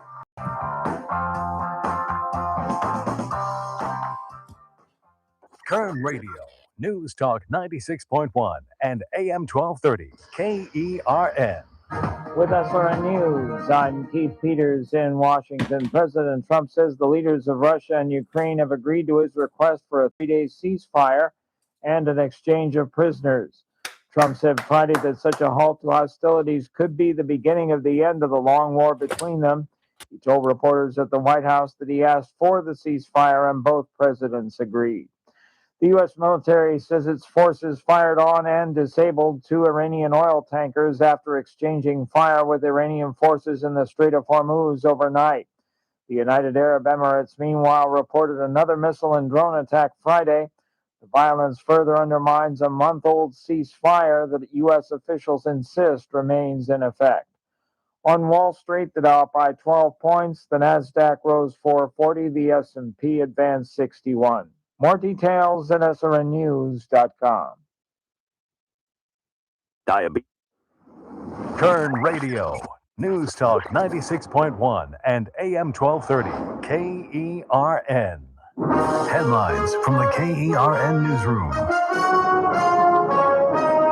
The fire that is burning now southwest of Ridgecrest is about 20% contained, but has burned about 2,000 acres so far. The cause of the canyon fire has not been determined, but so far no injuries or major damage have been reported with it.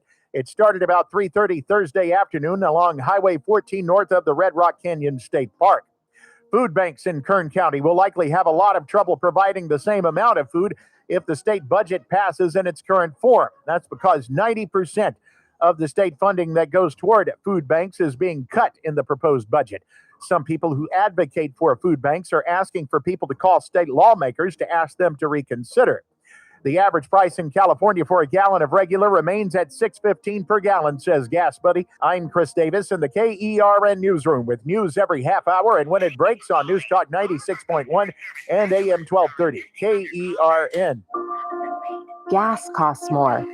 Groceries cost more. And Sacramento keeps making decisions like Kern County doesn't exist. Andre Gonzalez isn't waiting around for someone else to fix it. Born and raised right here in Bakersfield, Andre Gonzalez has spent his career delivering for this community. He created a community land trust so working families can actually afford to own a home. He's fought to make sure Kern County gets its fair share from Sacramento to fix roads and build water infrastructure, not just the scraps LA and the Bay Area leave behind. Andre Gonzalez is backed by California's firefighters, classroom teachers, and he is the only candidate endorsed by the California Democratic Party.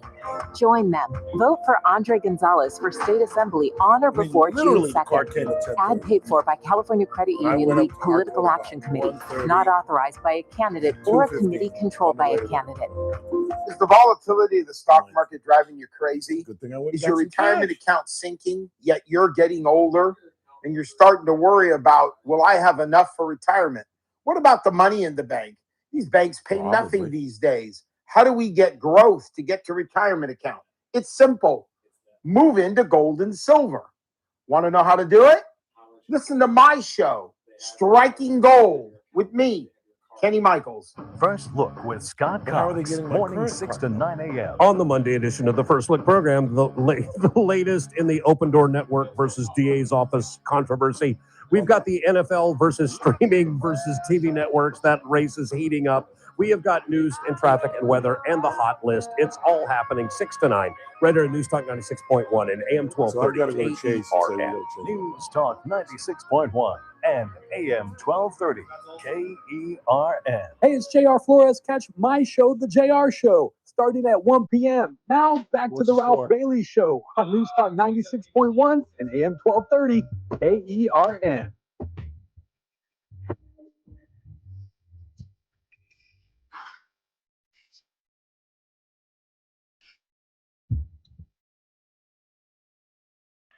Eight 842-5376, 842-KR. Let's try to clean up the board before we get into the 5. What do you got? Let's see. Tell Rick Fox News got sued for almost $1 billion for a lie, not CNN. True that. True that. Very good point. Very good point. $800 million for election denying, which is abysmal, unacceptable. And yet, some people continue to say that. What else you got?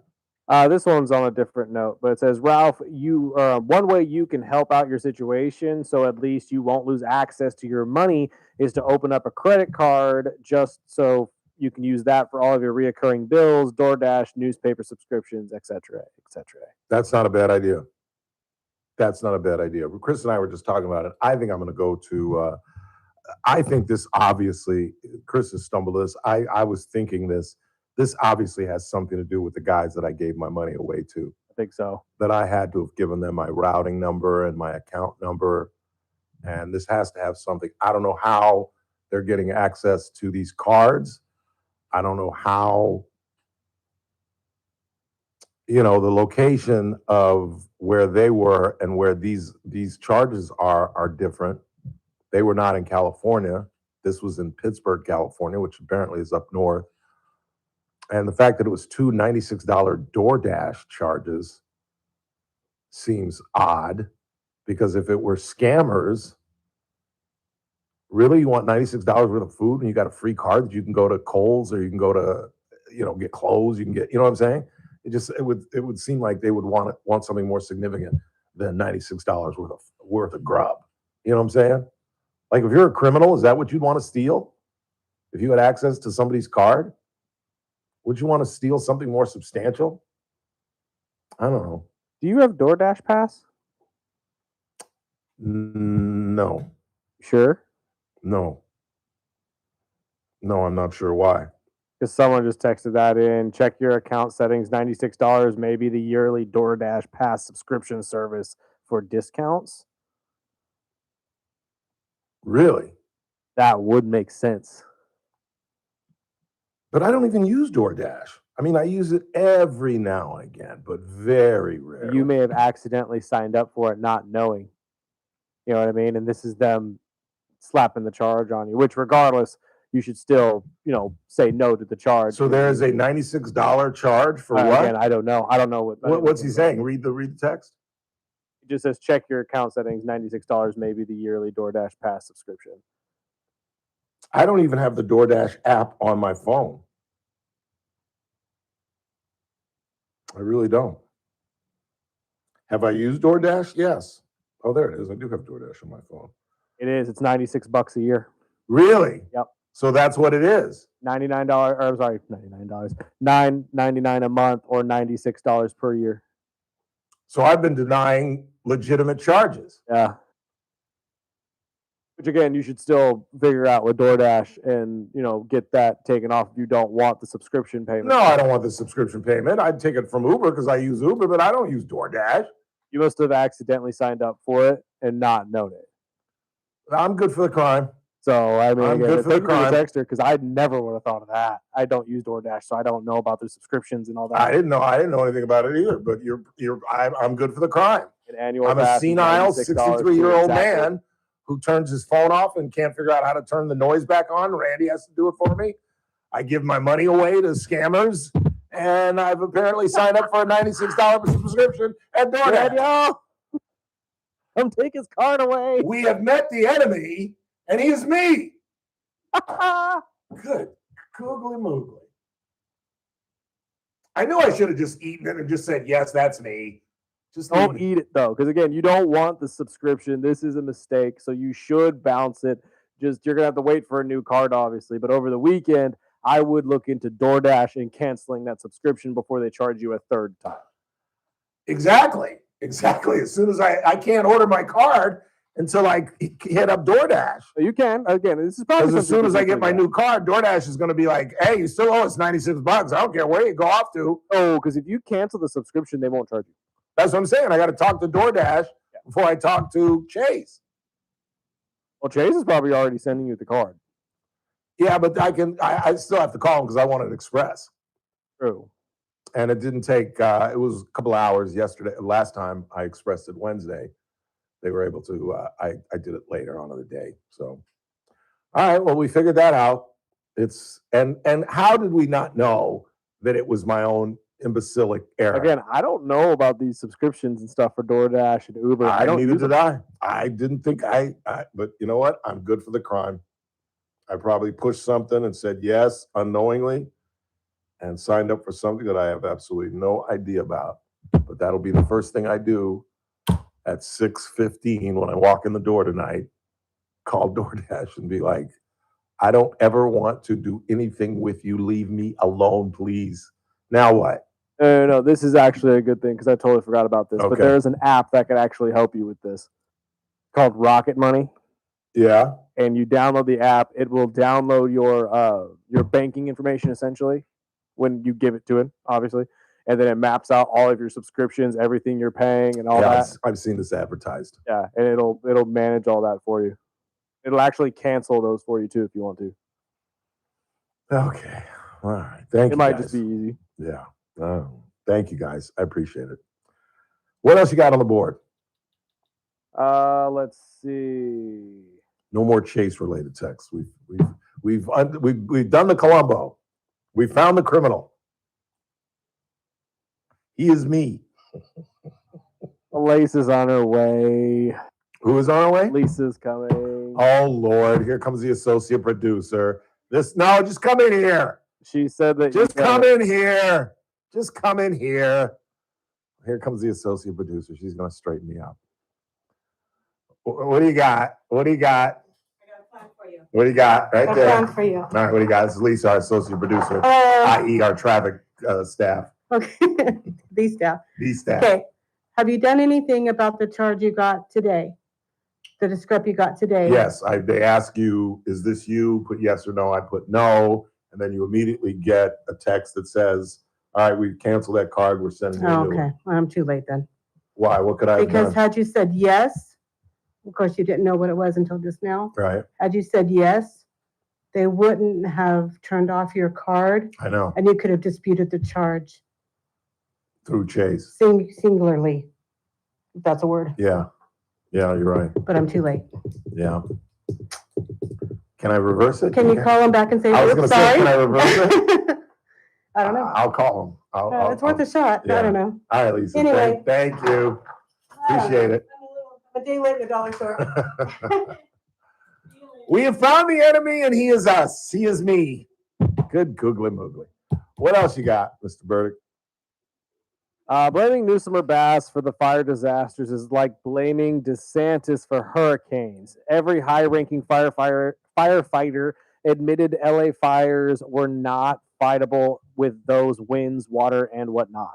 Okay. Really? All right. Let's play debate reporting.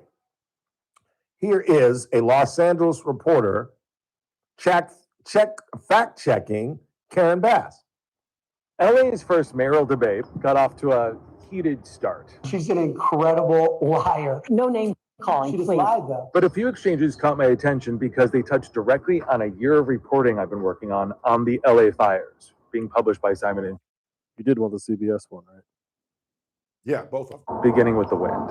The winds in the Pacific Palisades never reached higher than 40 miles per hour. For those first 6 hours, they didn't go above 27 miles per hour. He talked about the winds. That is just completely inaccurate. If that were accurate, then the planes would have been able to fly. Weather modeling reviewed for my reporting shows winds in the Palisades during those first several hours of the fire were in fact under 40 miles per hour. Under 40 miles per hour. And She lied.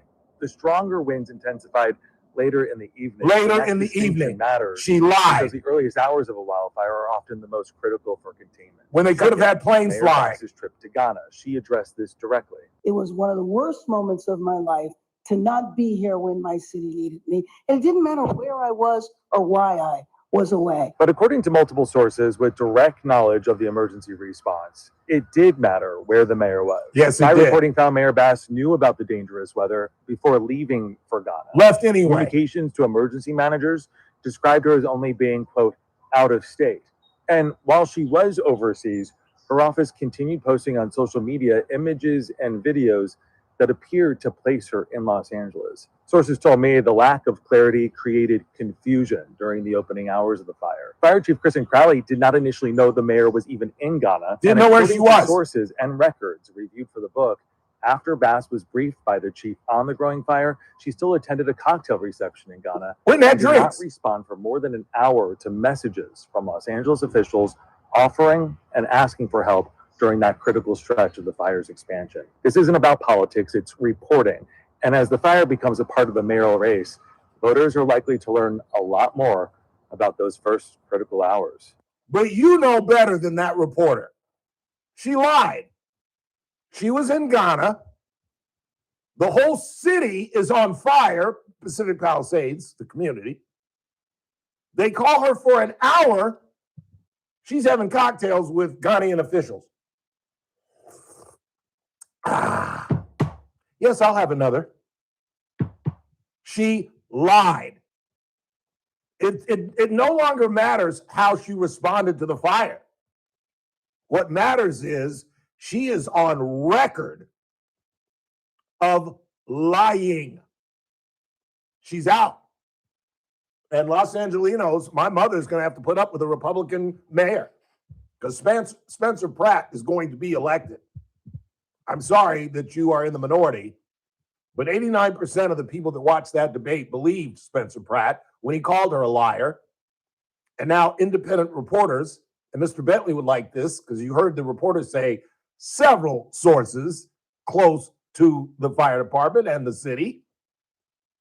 Here's some more. This is from the Colombian Broadcasting System. This is CBS's version of the mayor lying. Sorry, that was the one we just played, was the CBS version. Oh, This which one is this one? This is the one that you initially were talking about. Okay, here we go. There was one reservoir that was out of commission. Now there's video to this. That He you're is missing. correct. A million years ago, it was for wildfires. And these facts visually are correcting. But over the last 30, 40 years, it's been for drinking water. You ain't nothing but a liar. Another lie. He talked about the winds. That is just completely inaccurate. No way. This is an hour-by-hour forecast here, and you can see that over the next couple of hours, we still have some pretty decent gusts. If that were accurate, then the planes would have been able to fly. Those are visuals of the planes flying. She didn't know And so the she was in winds Ghana. reached close to 100 miles an hour. And through parts of Pacific Palisades, we've got some gusts up into the 20 to 30 mile per hour 20 to 30 mile per hour range. and the planes were unable to fly. More planes. So she's an incredible liar. I mean, this is on a George Santos level. It really is. Where she's on record as saying those first 6 hours, the planes couldn't fly. The planes were flying. Karen, you didn't know because you were in Ghana. The planes were flying. You heard the weather guy. You didn't even need a reporter. You heard the forecast that they recorded from television, where the man said that they had gusts in the Pacific Palisades area of 23 miles an hour. When Karen said it was 100 miles an hour and they couldn't fly planes. And in that piece that you didn't get to see, there was visuals of planes dropping retardant on Pacific Palisades. It's no longer how she handled the fire, although it's clear how badly she handled the fire. Now the issue is Karen Bass has been caught in lying, point blank. And 89% of Los Angelinos saw that. And that's why, for the first time in my lifetime, and I'm sure in most of yours, a debate was 89% one-sided. Again, I ask you, have you ever in all your days heard of a debate that one-sided? I think the last one-sided debate like that was me against John Canagai, 7th grade, when I won for president. The Buckley School, Sherman Oaks, California, 1600 Stansbury Boulevard, right off Ventura. And then there was, Fudgegate.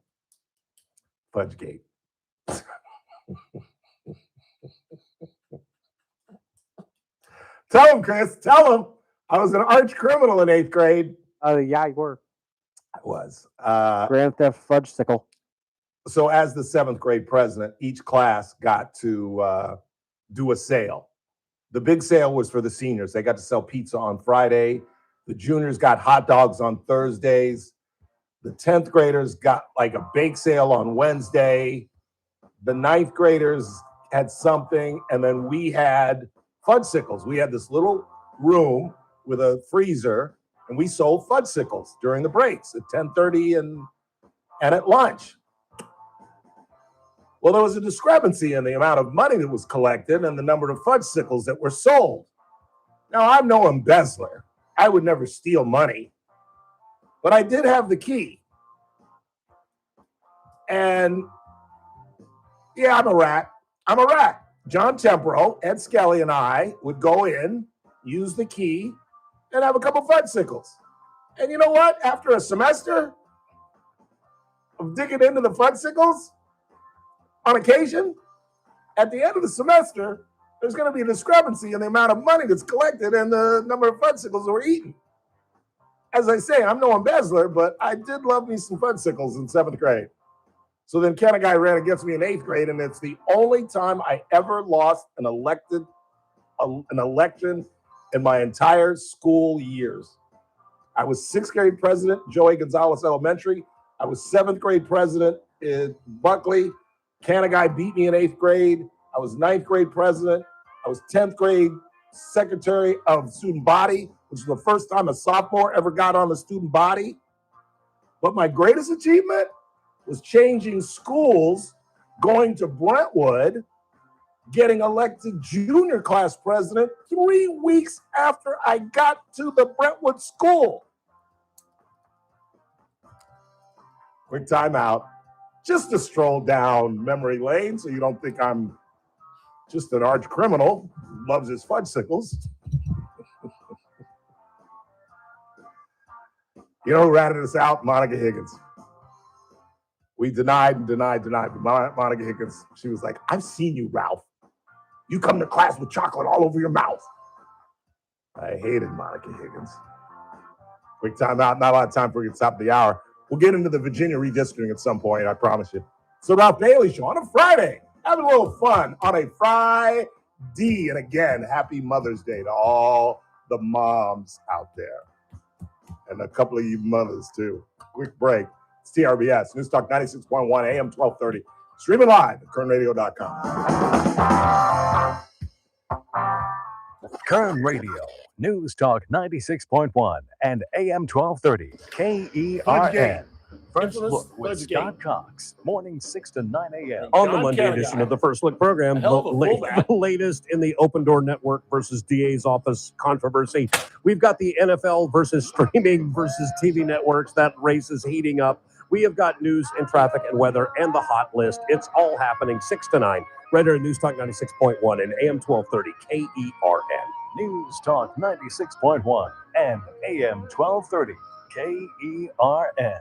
It's that man again, Ralph Bailey for Adaptive Networks. Business owners, how many times have you called your IT company and felt like just another ticket number? Well, at Adaptive Networks, exceptional customer service isn't just the promise, it's how they do business every single day.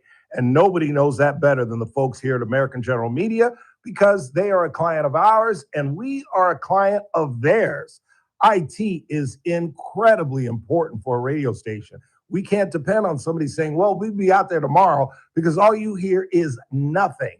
So it's do or die for us. That's why we depend on Adaptive Networks. And when you call, you'll actually talk to a real person who knows your name, understands your business, and genuinely cares about solving your problems.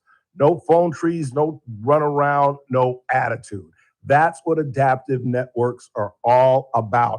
Call today at 661-241-0638. That's 241-0638. Join the IT network that American General Media uses every day. Meet Paul Sheldon's client, Dr. Roland Rodriguez. Hello, this is Bakersfield General Surgeon Dr. Roland Rodriguez, client and friend of Mr. Paul Sheldon. It is my great pleasure and privilege to relate to all of you my absolute exemplary experience with Team Paul Sheldon. I have also referred a number of my colleagues to Paul Sheldon's office, only to receive the most stellar feedback from my doctor friends regarding the office's expert navigation through the complex maze that is Medicare. And even though Paul Sheldon himself is now facing some temporary health challenges, his long-standing and most experienced and expertly trained team of ladies, Christine, Kelly, and Lynn, continue to masterfully guide the clients through the complicated world of Medicare. You most definitely could not. The answers, Team Paul Sheldon.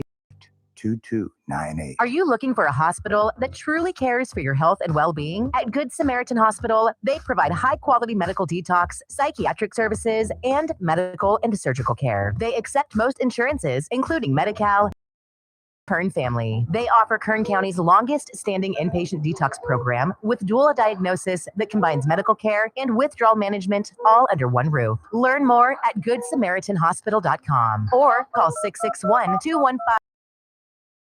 Good Samaritan Hospital. They care for their community. Is the market driving you crazy?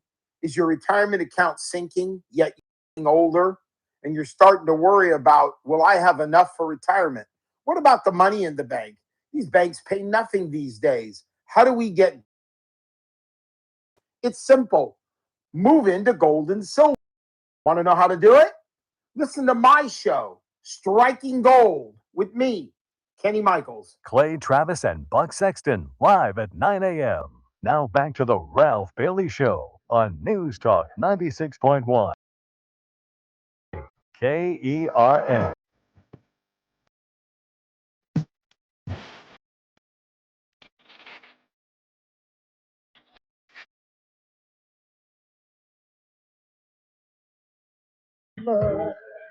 Yeah. Right.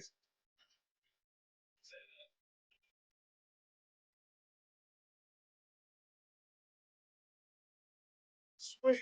Okay.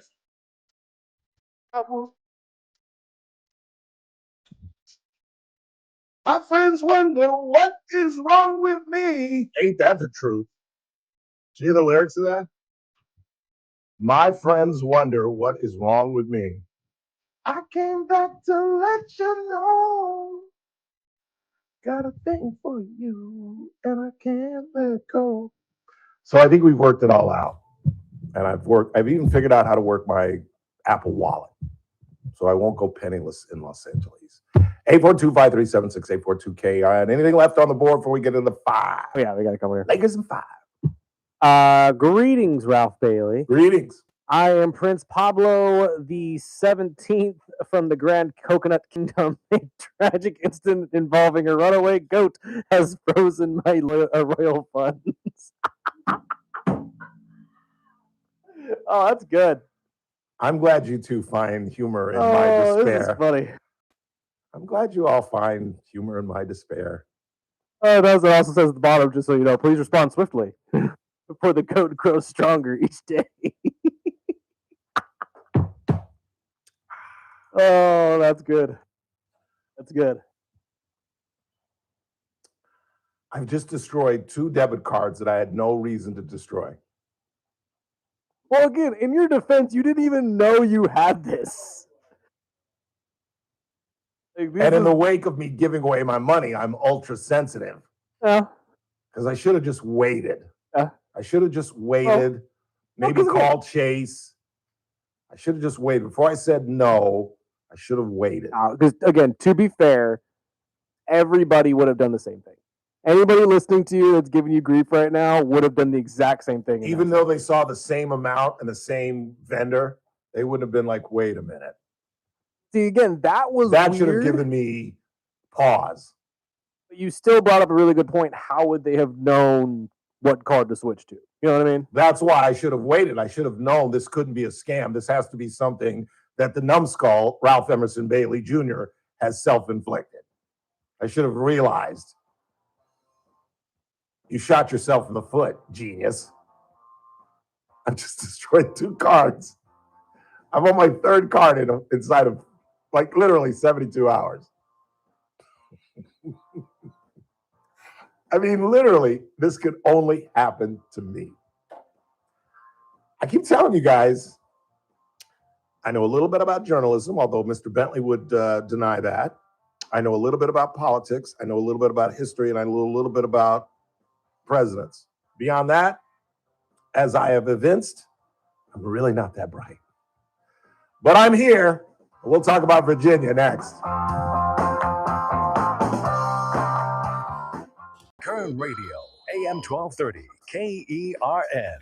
96.1 FM, K241CI Bakersfield, an American General Media station.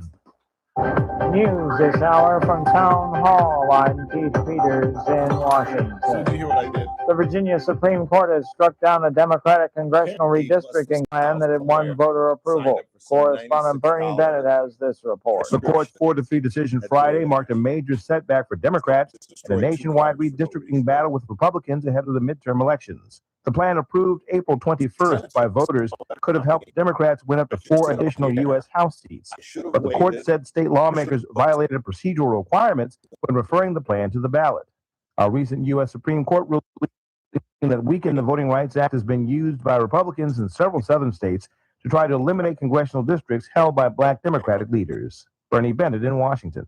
Google has reached a $50 million settlement in a class action lawsuit with a group of black employees. The settlement includes a commitment to equity measures but does not admit liability. Plaintiffs April Curley, Ronica Lewis, Raina Reed, and Desiree Mayon were joined by other former workers from New York and California. The lawsuit claimed Google shunted black employees into lower-level positions, hazed interviewees, and that hiring managers deemed black candidates not Googly enough, a dog whistle for racial discrimination. In a statement, attorney Ben Crump says the case is about accountability and that the settlement sends a clear message across Silicon Valley and beyond that companies must ensure fair treatment of black employees at every level. I'm Jennifer King. President Trump says the leaders of Russia and Ukraine have agreed to his request for a 3-day ceasefire and an exchange of prisoners.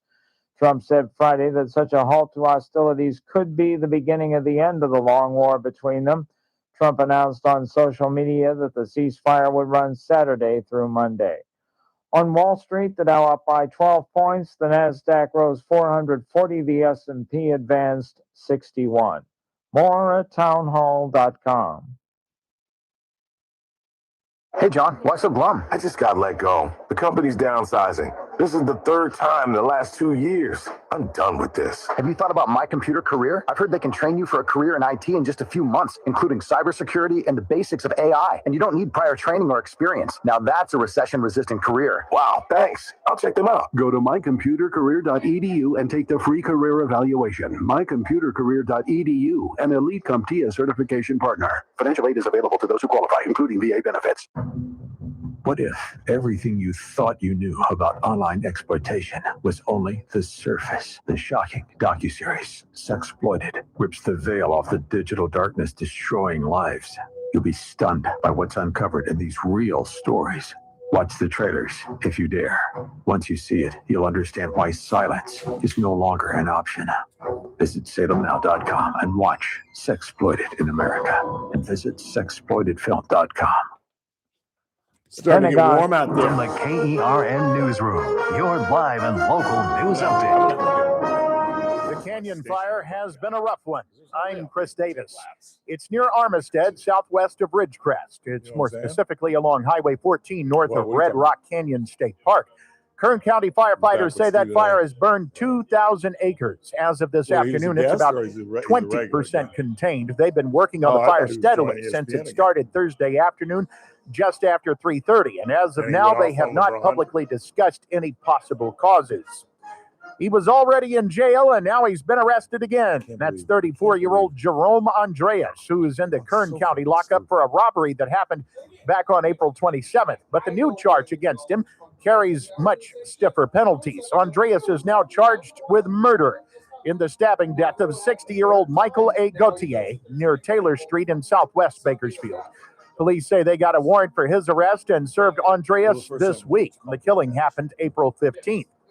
People may have less money to spend on food in the past few months, but the availability of food from food banks may soon be drastically reduced, with a big cut coming from the state. The proposed California budget cuts out 90% of the state funding for food banks. Now, some advocacy groups, even some in Kern County, are asking people to call state lawmakers and ask them to either take that part out of the proposed budget or to just not support that budget.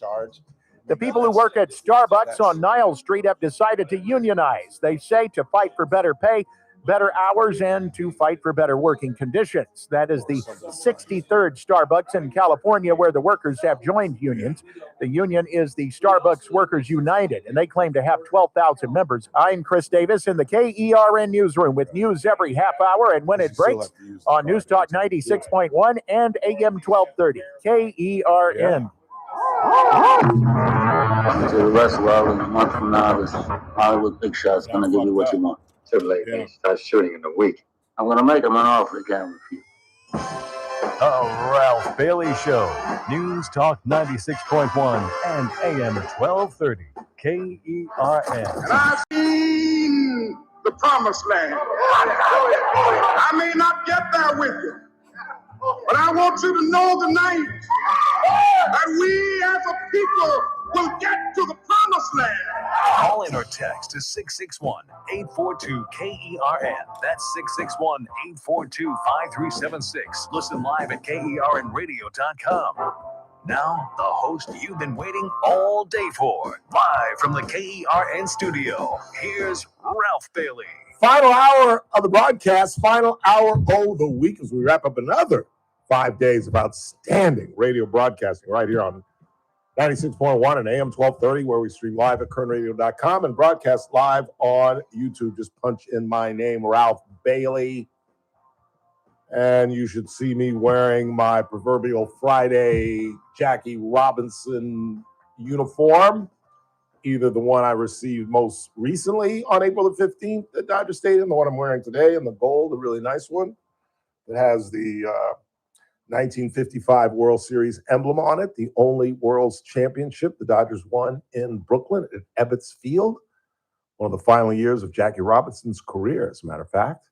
And just a year or two before the Dodgers, after Mr. O'Malley was in a municipal battle with a man by the name of Robert Morgenthau, who basically ran New York City. And obviously, with the Dodgers becoming more and more popular, 40,000-seat Ebbets Field wasn't going to do it going into the late part of the 20th century. And quite naturally, Walter O'Malley, who was a very complicated man, I think. I wasn't there, so it's not fair to me to say, but authors have reported that he jilted Branch Rickey out of the Dodgers, basically, that he was an old, slick Irish attorney, and he bamboozled the Dodgers away from Branch Rickey. Now, I don't know if that's true, but there's some other dots against Walter O'Malley. The aforementioned Ed Skelly, my childhood best friend, is a U.S. attorney now. His father was president of the Burbank Law Association, and he was part of the Kenny Hahn group that brought the Dodgers to Los Angeles. And Mr. Skelly used to tell us the story that Walter O'Malley was a man, basically a man before his time. He wanted to construct Dodger Stadium with no water faucets and wanted to sell water, which of course in the late 1950s and early 1960s was absolutely insane.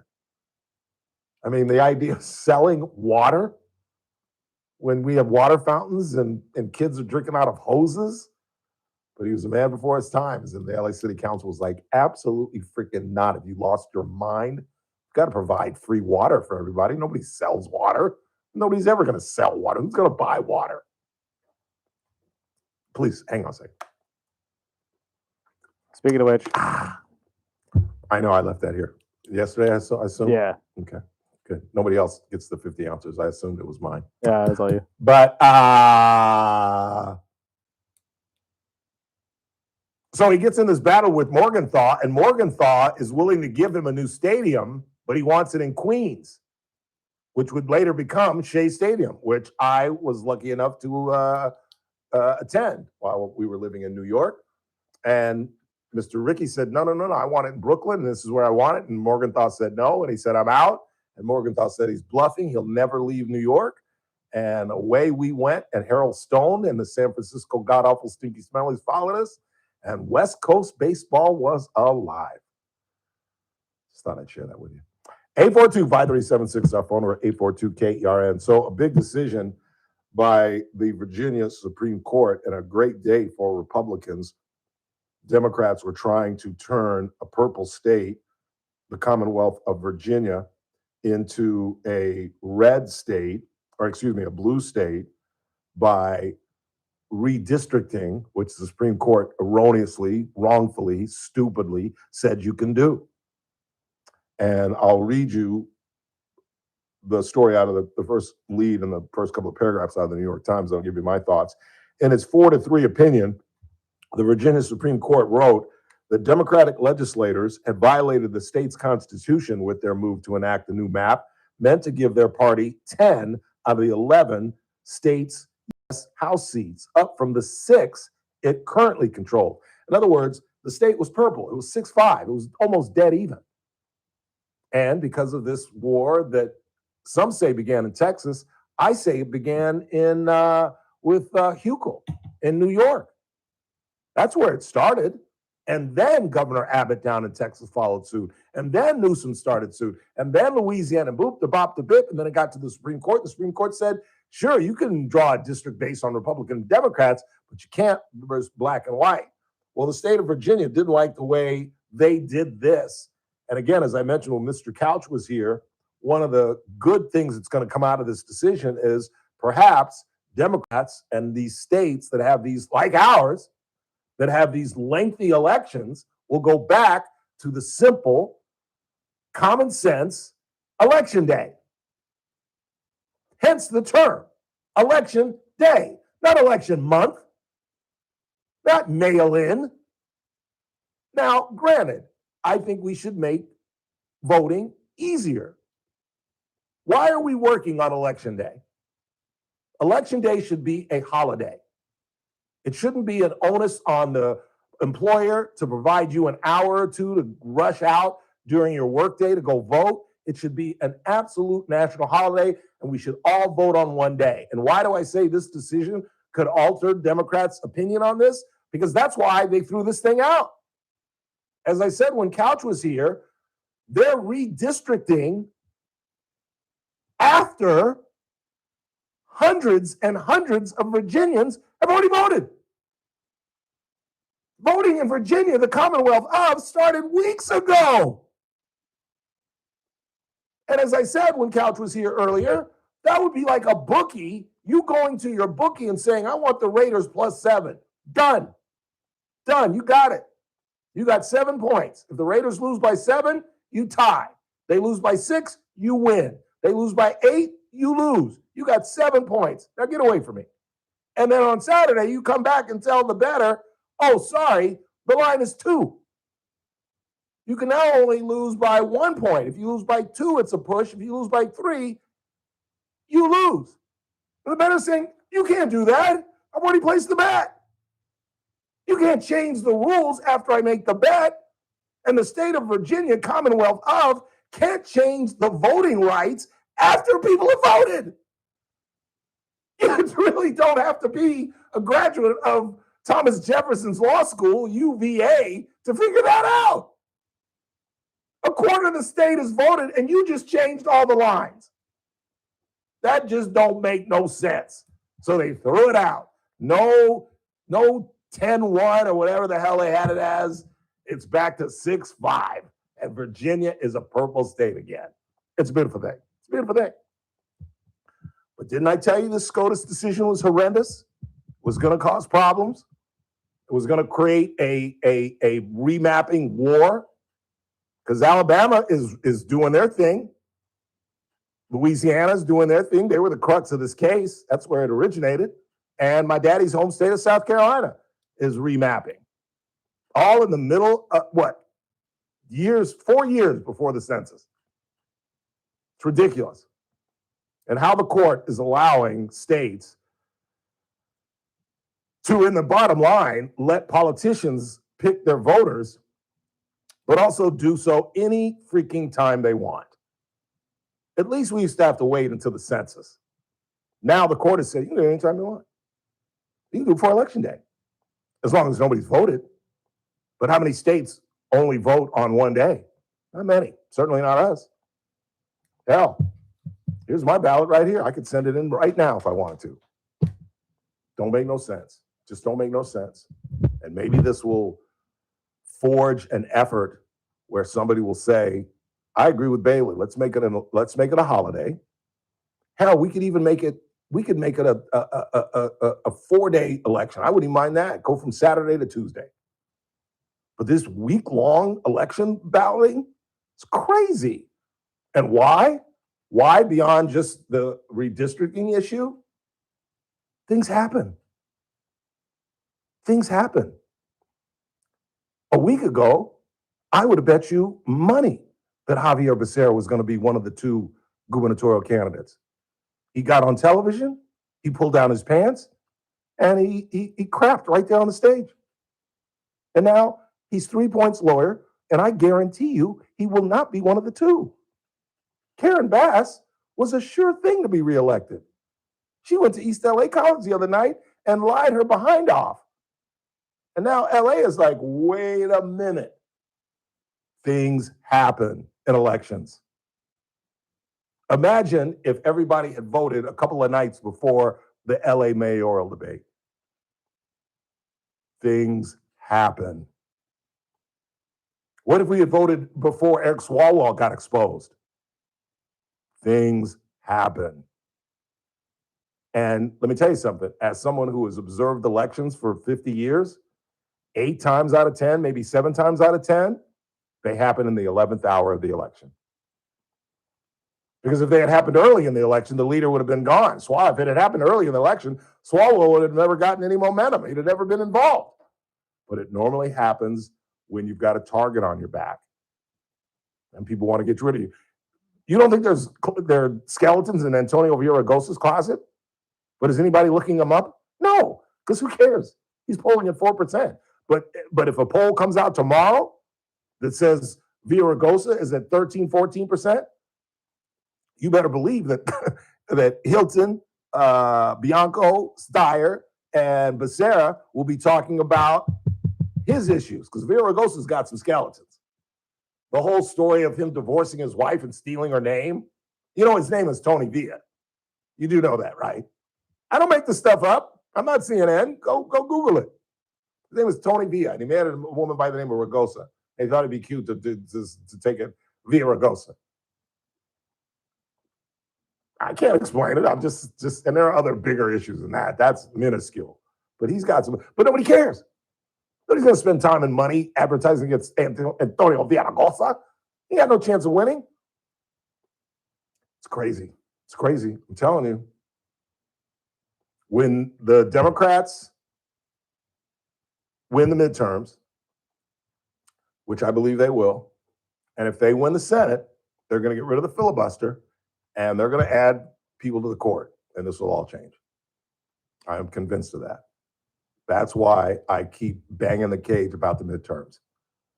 We have to roll back the Democratic stride. We really do. Otherwise, there will be 52 states. There will be 15 jurists on the Supreme Court. And who knows what they're going to do with elections. Good God Almighty. They'll make elections. You can vote at a Tommy's Burgers. I don't know what the hell they're going to do with elections, but they'll have a majority to pass legislation. And that's why the president thinks we should go and bomb the filibuster now while we can, because who among you thinks the Democrats aren't? And if you doubt that the Democrats are going to blow up the filibuster, you doubt that, you are incredibly naive. They're going to do that, and there'll be 52 states, 15 jurists, and God knows what they'll do to elections. And of course, you know what their first investigation will be. What will be their first Democratic investigation? Just give me a name. Come on. Huh? You say Trump. Damn right. Donald John Trump. Yeah. There'll be a massive investigation. If a Democratic president gets elected January 20th, the investigation will begin January 25th. It's an important midterm election. Take it seriously. Quick time out. More of the Ralph Bailey Show. I'll explain what happened to the Kern Community College District and Kern High School District in terms of canvas blocking, which stresses the need for protection of your IT and cybersecurity. That's why the Kern Radio Studios are powered by Adaptive Networks. You should be as well. Call them at 661-241-0638. Heard them online at adaptive-net.com. Taking a short time out and coming right back. It's the Ralph Bailey Show on a Friday right here on News Talk 96.1, AM 1230, and we're streaming live at kernradio.com. Kern Radio, News Talk 96.1 and AM 1230, KERN. First Look with Scott Cox. I gotta go see my mama. On the Monday edition of the First Look program, the latest in the Open Door Network versus DA's office controversy. We've got the NFL versus streaming versus TV networks. Race is heating up. We have got news and traffic and weather and the hot list. It's all happening 6 to 9. Right here at News Talk 96.1 and AM 1230 KERN. That's why I wasn't going to go. 96.1 and AM 1230 KERN. Every Thursday at 4:30, Daniel Petrie lightens up the broadcast with his incredible wit, pure intelligence, political knowledge, and obviously an absolute master of economics. That's why he's such an important cog in this broadcast. You can hear him even on some of his off days when there are financial movements that we can't explain. We lean on my man from Messmaker and Petrie Wealth Advisors. And of course, you know what they're all about. They're all about retirement.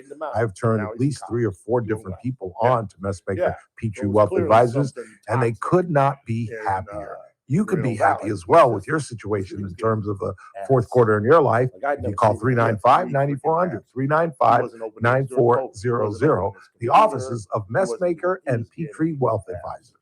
This broadcast is for informational purposes only and does not constitute investment advice or a solicitation for advisory services by Daniel Petrie or MPWA Incorporated, DBA, Messmaker, and Petrie Wealth Advisors. The program host is a client and receives compensation and other financial benefits in connection with this advertising, creating a conflict of interest. Experiences discussed may not be representative of other clients. I love a day on the water with friends, but my moderate to severe plaque psoriasis sometimes holds me back. Now I'm all in with clearer skin thanks to Skyrizi. Risankizumab Riza, a prescription-only 150 milligram injection for adults who are candidates for systemic or phototherapy. Teaching music is my passion, but my active psoriatic arthritis can limit me at times. Now I'm treating my joint symptoms with Skyrizi. With Skyrizi, most people with plaque psoriasis saw 90% clearer skin at 4 months. Or if you are an adult with active psoriatic arthritis, Skyrizi helps you move with less joint pain, stiffness, swelling, and fatigue. Don't use if allergic to Skyrizi. Serious allergic reactions, increased infections, or lower ability to fight them may occur. Before treatment, get checked for infections and tuberculosis. Tell your doctor about any flu-like symptoms or vaccines. There's nothing like clearer skin. There's nothing like better movement, and that means everything. Ask your doctor about Skyrizi. Visit Skyrizi.com or call 1-866-SKY-RIZI to learn more. Download to see if you qualify. Not all customers will qualify. Transfer fees may apply. No Albert subscription required. Albert is not a bank. Albert Instant Loans are issued by FinWise Bank, member FDIC. Not an actual client. Terms apply. Kylie, what's wrong? I just got hit with a car repair bill. I'm behind on rent, and I feel like I can never save any money. Have you tried the Albert app? Albert is your financial assistant, helping you find ways to save and create custom budgets to actually grow your money. Plus, you can get up to $10,000 for big expenses or advance up to $1,000 fast when you need cash right away. Albert can get me up to $10,000? Exactly. Albert spots you in a pinch and helps you grow your money in the long run. I'm downloading Albert right now. Download the Albert app and use promo code SAVE to borrow up to $10,000 for whatever you need. The Albert app helps you budget better and save more money so you reach your financial goals faster. Download the Albert app right now and use promo code SAVE to borrow up to $10,000. Use code SAVE to borrow up to $10,000. Hey folks, Scott Cox here, host of the First Look with Scott Cox radio program. You are listening to the Ralph Bailey Show right here on Newstalk 96.1 and AM 1230 KERN. Crazy. So ain't saying all that sell out. Joe, stop.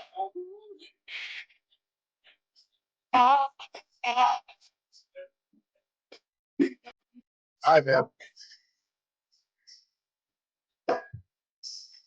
War is not the answer.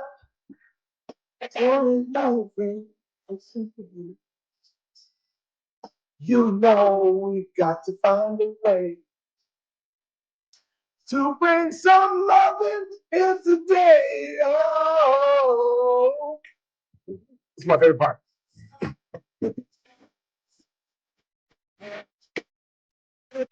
Sanity, talk to me, so you can see what's going on. Oh, what's going on? Oh, what's going on? Oh, what's going on? Oh, sorry. Well, Marvin Gaye on a Friday. 842-5376, 842-KERN. So some of these guys, we've been all over the place today. I apologize. This show has been about me and about journalism and about CNN and about redistricting, and we haven't even talked about what is going on in Iran because there is an alleged ceasefire. The Trump administration continues to say, Hexit, the president. I haven't heard Rubio say this, but they continue to say that a ceasefire exists, despite the fact that the USS Truxtun, I don't know if it's spelled the same or it's the same word or it's family or name, I don't know, but the USS Truxtun, the USS Rafael Peralta, and the USS Mason came under fire, and that we struck several ports in the Persian Gulf, but there's a ceasefire. Okay, well, here's Secretary of State Marco Rubio kind of talking about the attacks. Of course we fired back at them. They were shooting at us. That's what I would expect to do. Only stupid countries don't shoot back when you're shot at, and we're not a stupid country. Well, then how is there a ceasefire? Of course we shot back at them. Isn't that the antithesis of a ceasefire? You shooting at me and me shooting at you? This is what I'm talking about when I say you gotta play it straight. You can't play fast and loose with facts in a war. You just can't. Not as the administration, because everything you say, you want to hear a prediction from me? There's going to be no more bombings. No more bombings. The president keeps saying that he's going to wipe Iran off. There's no more bombings. The president realizes that he's drowning. He's not underwater on this issue. He's drowning. Do you know that Epic Fury, Project Freedom, whatever the hell this is less popular than Vietnam? This is less popular than Vietnam. He's not underwater. He is drowning. And it's my opinion, because it's the smart play, that they're like, we got to get out of here. We cannot afford one more death in this situation. We've got to get out now. And they're still waiting on this proposal that they're expected to enter into that is ridiculously similar to the Obama JCPOA, in which there was a moratorium on uranium. They wanted 15 years. Trump wants 10. There is money being exchanged. We are also, as Obama did, releasing assets to the Iranians. And I don't mind that. I really don't mind that. I don't mind paying them if they'll change their behavior. If we can walk away with something that we can conclude is a success. But as I've said all week, really have said all during this period, it's all about getting the uranium out of Iran. If we exit this thing and they still have that enriched uranium that is supposedly at 60%, it gets to 90 to be lethal, then this whole thing has been worthless, and the Democrats are going to destroy us. They're going to win the midterms. They'll win in 29, and the Republican Party may not bounce back for many, many years. I think it's that fateful. I really do. Because as I said, they're going to change the filibuster.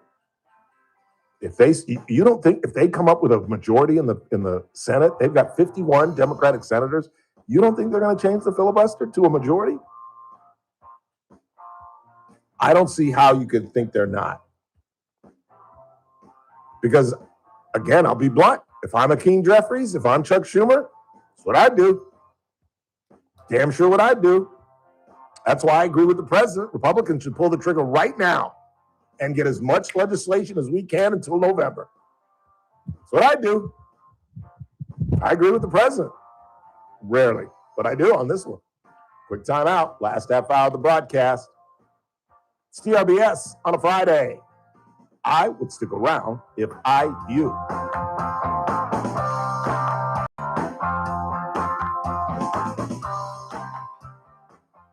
Kern Radio, News Talk 96.1 and AM 1230, KERN. With SRN News, I'm Keith Peters in Washington. President Trump says the leaders of Russia and Ukraine have agreed to his request for a 3-day ceasefire and an exchange of prisoners. Trump said Friday that such a halt to hostilities could be the beginning of the end of the long war between them. He told reporters at the White House that he asked for the ceasefire and both presidents agreed.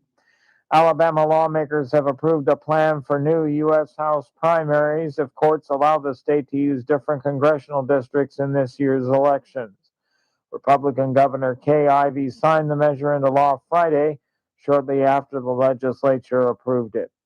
On Wall Street, the Dow up by 12 points, the Nasdaq rose 440, the S&P 500 advanced 61, oil around $95 a barrel. This is SRN News. Diabetes. Kern Radio, News Talk 96.1 and AM 1230, KERN. Headlines from the KERN newsroom.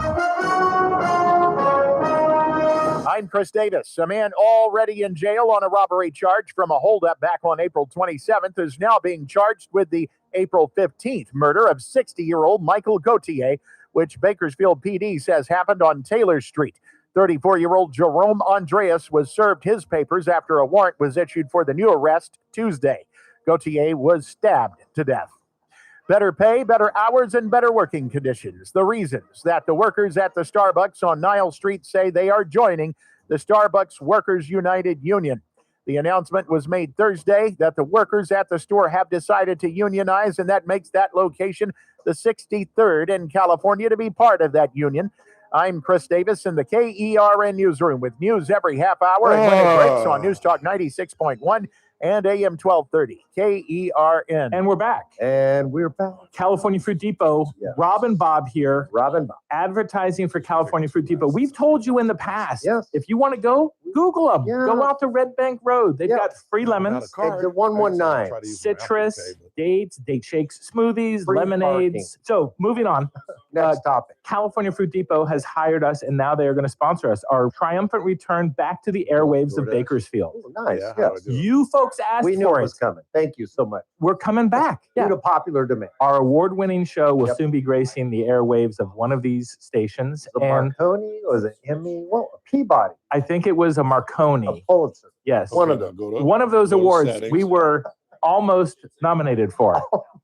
So we're going to be back on the air. Yep. Back on the air. Sponsored by Cal Fruit Depot, home Thank of the Navel Orange, And orange free- juice, all the lemons you can eat. and free lemons. Pick Again, come Pick back out and get the free lemons. Google us at calfruitdepot.com. First Look with Scott Cox, morning 6 to 9 a.m. Oh, Oh, On the Monday edition of the First Look program, the latest in the Open Door Network versus DA's office controversy. We've got the NFL versus streaming versus TV networks. That race is heating up. We have got news and traffic and weather and the hot list. It's all happening 6 to 9. Right here at News Talk 96.1 and AM 1230 KERN. News Talk 96.1 and AM 1230 KERN. Hey, it's JR Flores. Catch my show, The JR Show, starting at 1 p.m. Now back to the Ralph Bailey Show on News Talk 96.1 and AM 1230 KERN. Bag rolled up and stashed behind your couch. Look, they've already put in my new ATM card. And it's knowing I'm not shackled by forgotten words and bonds and the ink stains that are dried upon some line. I didn't either. That keeps you in the back roads by the rivers of my memory and keeps you ever gentle on my mind. Mr. Glenn Ford. It's Glenn not Ford. digging to What? the Ah? roots and ivy What'd he say? planted their columns now that bind me. Are something that somebody said. Glenn. God, I can't think of another Glenn. You got a Glenn? Glenn Powell. Ooh, nice. 21st century. Glenn. There are a couple basketball players with the last name of Glenn, but I can't remember his first name. Why can I not think of a Glenn? That is a very common name. Hey Siri, show me a famous Glenn. I found this on the web. Glenn Miller. Going back a little ways, that's even before me, but why can I think? Glenn Ford is the only one I can think of. And Mr. Campbell. 842-5376, 842-KERN. Let's check the board. Anything? Yeah, I got a couple here. What do you got? Let's see. They're getting the band back together in the South. Those Confederate states want the right people voting, and you know what I mean. Yes, I do, and I totally agree. I absolutely agree. I think it is and you know, it may not even be racism. It may not. I'm willing to concede that. I'm willing to concede that to some degree, blacks have created their own dilemma. Because as you have heard me say repeatedly, if you've heard me say my name, you've heard me say that black folks are the only minority on the planet in this galaxy who vote 90% one way. Asians don't do it. Jews don't do it. Latinos don't do it. Mongols don't do it. Albinos don't do it. Nobody but black folks votes 90% one way, which of course can only create complacency. Let me tell you a story that I've told thousands of times. I'm 26 years old. I'm covering the 1988 Democratic National Convention. Dukakis versus Bush, dad. And I'm having breakfast at the Hilton Hotel. And former Mayor Ed Koch, who in 1988 was still a national figure, is having breakfast in the next booth with some Democratic bigwigs. And the question of the day, it's one of the reasons that we, the Los Angeles Sentinel, was represented at the 88 convention, was Jesse Jackson. Jackson was running for president for the second time. And this time, as opposed to in 84, Jackson won some primaries. In other words, he had a boatload of delegates in his bag. And if Jackson had walked out of the convention in Atlanta, as opposed to throwing his 300 or 400 delegates to Michael Dukakis, Dukakis could have never gotten to the 1140 or 1190, whatever the threshold is, to win the nomination. So the only drama, because he had already announced that Lloyd Bentsen was going to be his running mate, the only drama in Atlanta was the Black story. So we went as a Black newspaper. And I'm having breakfast next to Mr. Koch. And I overhear Koch tell them, "Why are you worrying about Jesse?" And I will never forget this sentence. Where are they going to go? Where are they going to go? You think there are 3 Black people in this country? I'm paraphrasing now, but essentially what he said. You think there are 3 Black people in this country going to vote for George Herbert Walker Bush? You think Black folks in Louisiana and Alabama and Mississippi are going to vote for a guy from Kennebunkport, Maine, a Republican, white guy? Really? Don't worry about Jesse. He'll make a fuss, he'll give his speech, and he'll come back to the fold. And unfortunately, Mr. Koch was absolutely right. He got his moment on the stage. He got a ton of attention because he threatened to walk out of the convention. And at the end of the day, by the end of the week, after John Kennedy Jr. made his first public appearance, I was on the stage in the Omni at the time when he made the speech. By that Friday, Jackson had said, "You know what? I'm going to be the bigger man, and I'm going to hand over my delegates to Michael Dukakis." And Mr. Dukakis, the former governor of Massachusetts, the Commonwealth of, left Atlanta with a 17-point lead. I will never forget that. And as we all now know, the Republicans had their convention about 3 weeks later. And after their convention, Bush cut that lead down to about 10. And then we all know what happened. Dukakis ran some of the worst political ads in the history of politics. You old folks like me remember the tank incident where Dukakis tried to get into a tank and ride around in the tank. And the only problem that he had was that he tried to put on a army helmet. So he looked like this. He looked just like this. And he literally was making like motions. He's in the turret of the tank, and they're driving around, and he's literally like doing things like this. They're like, like he's pointing to something. And just looking like Snoopy with this big old helmet that's like sliding around. It is one of the worst. Look it up. Dukakis tank. I bet it comes up.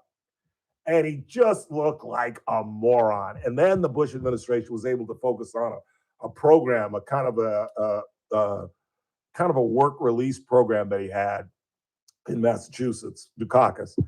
And it's best known as the Willie Horton ad. You can Google that one as well, Willie Horton. And it was this thing, I can't describe accurately the program, but it essentially allowed hardened criminals an opportunity to be released, try to get a job and get back up on their feet. Horton was part of that program. He got released and he killed somebody. And the picture of Horton, it wasn't like he was some good looking guy. He looked like a thug. And the Bush administration ran that with a revolving door. Is that what that's called?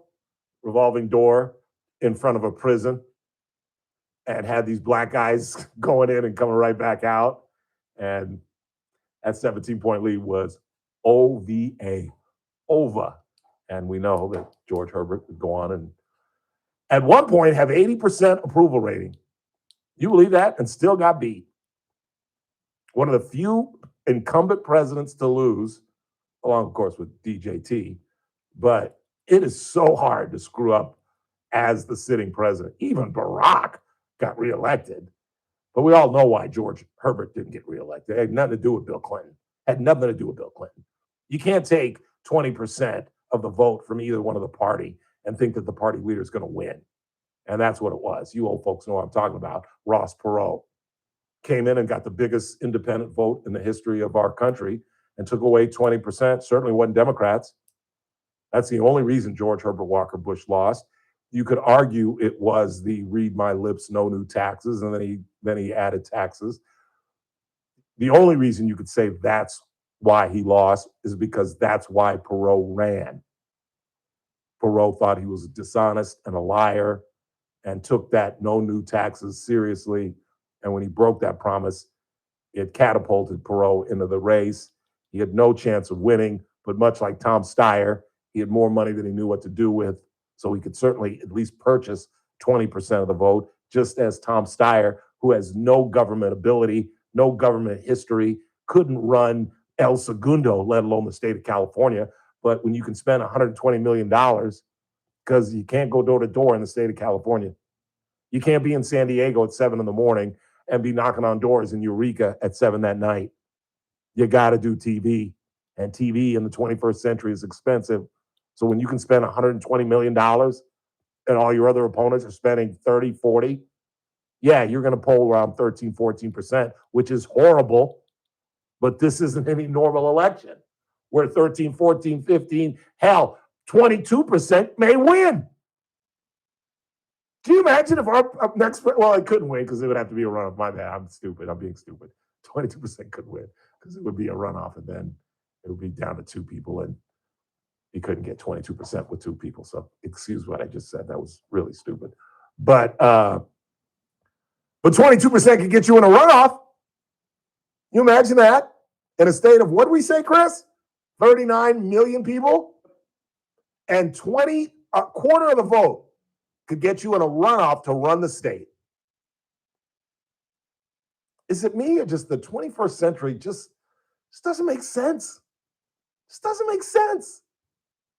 We've got a mayor down here who went to Ghana and abandoned her city during a fire and basically called out a guy as a liar. The liberal press supported her, told him to knock it off. 2 days later, CBS and another news organization fact checks her and finds out that she was lying. And the fact that he was telling the truth. And the fact that the journalists, we played you the audio, were there, Mr. Pratt, no name calling. But she lied. Pratt is like, she lied. What do you want me to do? I'm going to stand here and allow her to not tell the truth about what the winds were, how the planes were flying, and she claimed that they couldn't? How do you know, Karen? You were in Ghana. You were on a different continent. Spencer Pratt is the next mayor of Los Angeles, and Steve Hilton is the next governor of the state of California. And you Democrats are just going to have to get used to it. I'm telling you. I don't know much. Sorry, Lisa, but I know that much. Spencer Pratt, Steve Hilton, or maybe even Chad Bianco. Because remember, in the recent poll, it's 3 people. Hilton polling at his highest at 18%. Tom Steyer at his $120 million polling second at 13%. Chad Bianco right there at 12%. And the diving Javier Becerra at 10%. And the going nowhere Katie Porter in single digits at 9%. It's down to 3 people. Just saying. Quick timeout. Wrapping this thing up. Keep it locked. Scott Jennings at the top of the hour. Coming up on Monday, Kathy Abernathy will be with us. Tell you about my weekend in Los Angeles, or at least my Sábado. I don't know about Domingo, but Sábado I'll be in Los Angeles. In the meantime, you're listening to The Ralph Bailey Show on News Talk 96.1 and AM 1230, where we stream live at kernradio.com. Kern Radio, News Talk 96.1 and AM 1230, KERN.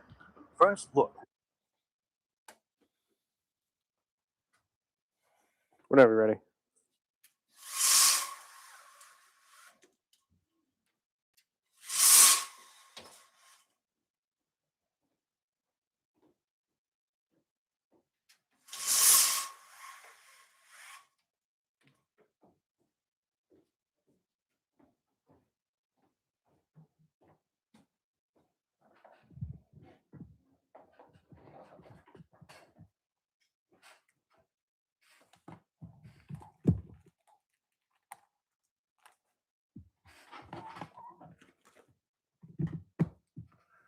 Ready? 3, 2. So now news organizations in this state have outed 2 would-be winners, Karen Bass, Javier Becerra. Becerra, no chance at governor. He's not even going to be one of the 2 finalists. And Karen Bass has been exposed for the liar that she is. As I've said, Spencer Pratt, the next mayor of Los Angeles. 3, 2. It's that man again. Look what's coming up on the Monday TRBS. Well, I'll tell you about my Mother's Day in Los Angeles. Kathy Abernathy will be with us and the latest on the situation in Iran. All that, me at 3, CRBS. News Talk 96.1, AM 1230. And we're streaming live at kernradio.com. I'll see you Monday.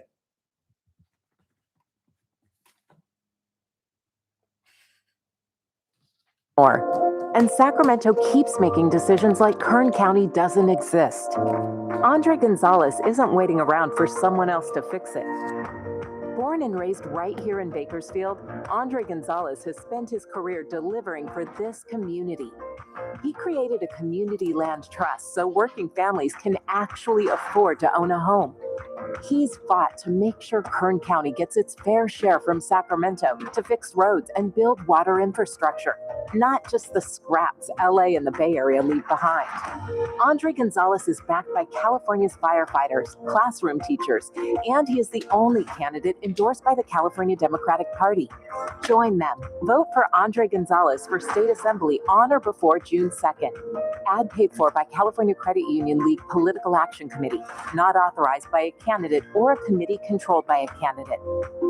Let's be honest, money can feel overwhelming. Markets change, life changes, and most people are left wondering, am I actually on track?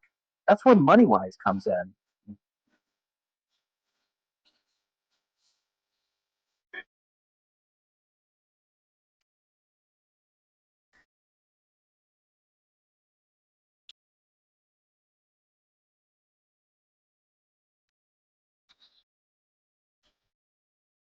We help people simplify the complex, make smart financial decisions, and move forward with confidence, without the jargon, without the pressure. Retirement planning, big life transitions, we're just getting organized and knowing where you stand. And now you can find us in a new home, the historic Woolworths building, right in downtown Bakersfield. MoneyWise, clear advice, local roots. Learn more at MoneyWiseGuys.com. Securities offered through LPL Financial, member FINRA, SIPC. Investment advisory services offered through LPL Financial. LPL Financial and MoneyWise Wealth Management are independently owned and operated. Clay Travis and Buck Sexton live at 9 a.m.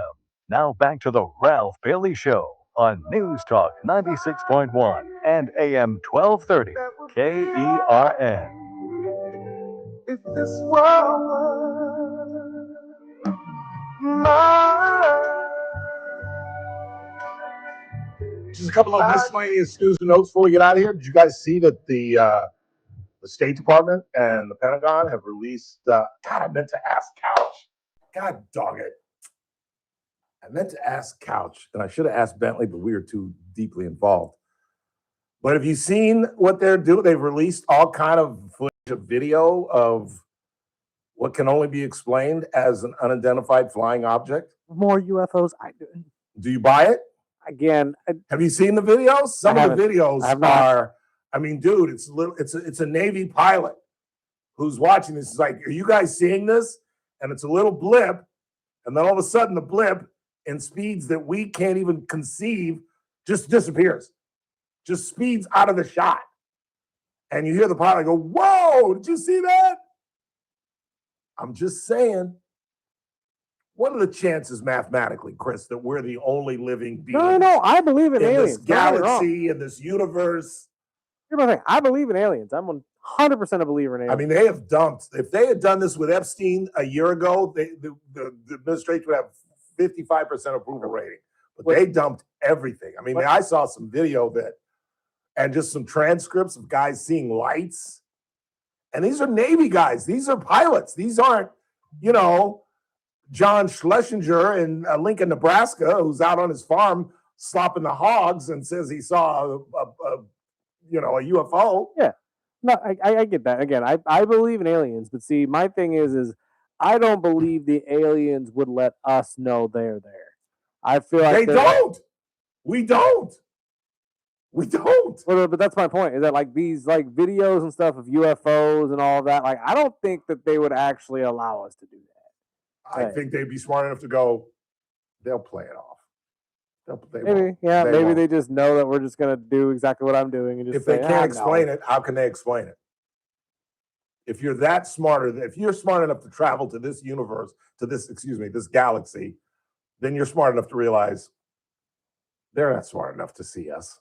They probably don't even think that we could see them. They don't have the technology, the equipment. I don't know. Then there's this other belief, and this we'll never be able to prove, because do you understand that there is like an overwhelming majority of the oceans that we have never seen? Yep. Like, we've never been to the bottom of Marianas Trench. Do you know how deep Marianas Trench is? Couldn't tell you the numbers, but I'll give you the numbers. You could take Mount Everest and lift it on your hand and put it in Marianas Trench, and it wouldn't reach the bottom. Now, I don't know. Hey, Siri, how high is Mount Everest? According to Wikipedia, it's 29,032 feet. 29,000 feet. Hey, Siri, how deep is Marianas Trench? The Mariana Trench is 36,037 feet deep. 37,000. So it's another, you'd have to go, you could put the Mount Everest in, you'd have to go another 8,000 feet to get to the bottom. So the rumor is that's where they are. They're at the bottom of the ocean. And that there's videos, apparently. I don't think it's amongst these videos, but there's videos of them coming out of the ocean. I thought it was humpback whales, but they claim it's UFOs. I don't know what I'm talking about.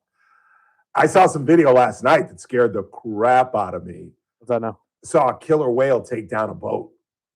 I've never seen that. They normally don't mess with people or things. They like to flip around seals and things like that. And killer whales.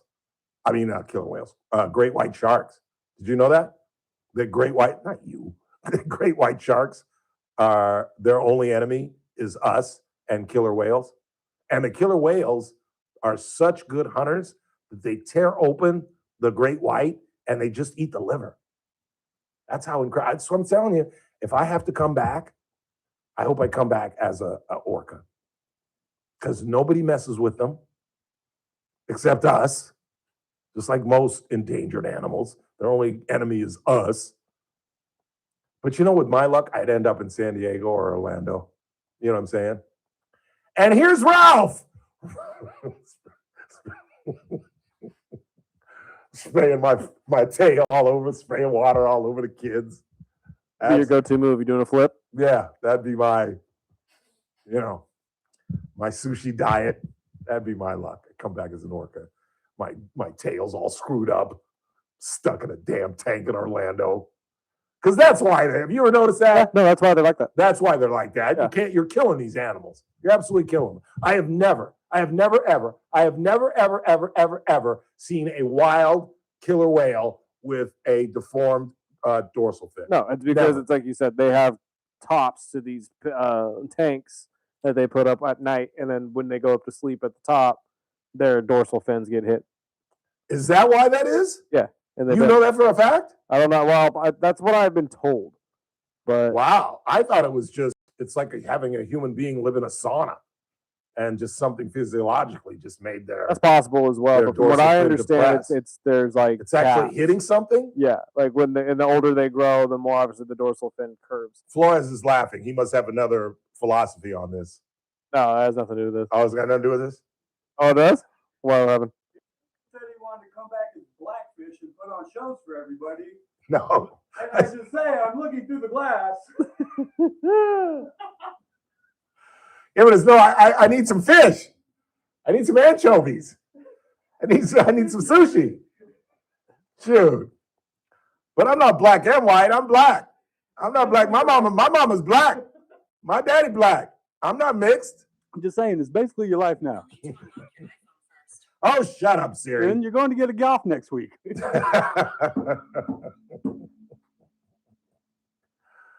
What a damn day. What a day. What a day this You ain't has leaving been. here Nah, you're not leaving I'm not me going today. anywhere. I'm not going anywhere. I'm going to stay home. Sorry, Mom. No, I got to go. You're going to LA. Yeah, I got to go. The boys coming at midnight. I got to go. But just been a weird day. Did you get the present? No, not yet. Not yet. I'm going to do that. I think I'm going to do that in LA. I'll do that tomorrow. I'll give it to her like tomorrow night. We go to dinner. Let's read a couple text messages and then I got to go straighten out my life. My first phone call is to DoorDash. Ralph, my 9-year-old grandson can help you set up your phone and financial apps. He'll even give you a senior discount. 2 La Rosa bars. Y'all ain't right. Y'all ain't right. Y'all just ain't right. I told you to let Lily do it yesterday, but no. That's right. That's right. I would have had you on lockdown, bro. She would have told you you had the subscription before you even knew it.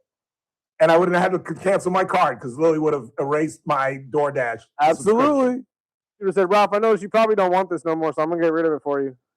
Did you know that you're spending $96 a year on DoorDash? Shut up, Lily. What are you talking about? She would have done it. Dad She would've done confirmed. it. She said she is good at that. Sucks to be old. Sucks to be old. Decrepit. Now I got to go home and stand on the phone. I got to call DoorDash. Then I got to call Chase and put the Express on my card. I got to spend another $15 so I can get my card on Monday. That's the only good thing. Chase is, like I said, this all broke down on Wednesday. I got my card this morning. 24, 48 hours, bing, bang, bong. So I'm going to go home and call them, call DoorDash, figure out this $96 deal, and I'll have a new card by Monday, I suppose. I've already got a new number. JR showed me how to work my Apple Wallet, so I should be okay. I want to thank Rick Bentley, our Friday regular, and David Couch for joining us. Don't forget to vote for Measure A. Allow us to become a charter county, so when a David Couch moves on to Sacramento and leaves the supervisorial seat vacant, Gavin Newsom or Steve Hilton or Chad Bianco can't come in and appoint it. I don't care if it's a Republican or a Democrat. Kern County should determine who succeeds a departing supervisor, not Sacramento. Vote yes on Measure A. That's going to do it for us. Monday, Kathy Abernathy and the latest on Iran. I'll tell you about my Mother's Day in Los Angeles. But in the meantime, for Chris Burdick, I'm Ralph Bailey. That's what's really going on. Wrap to you Monday.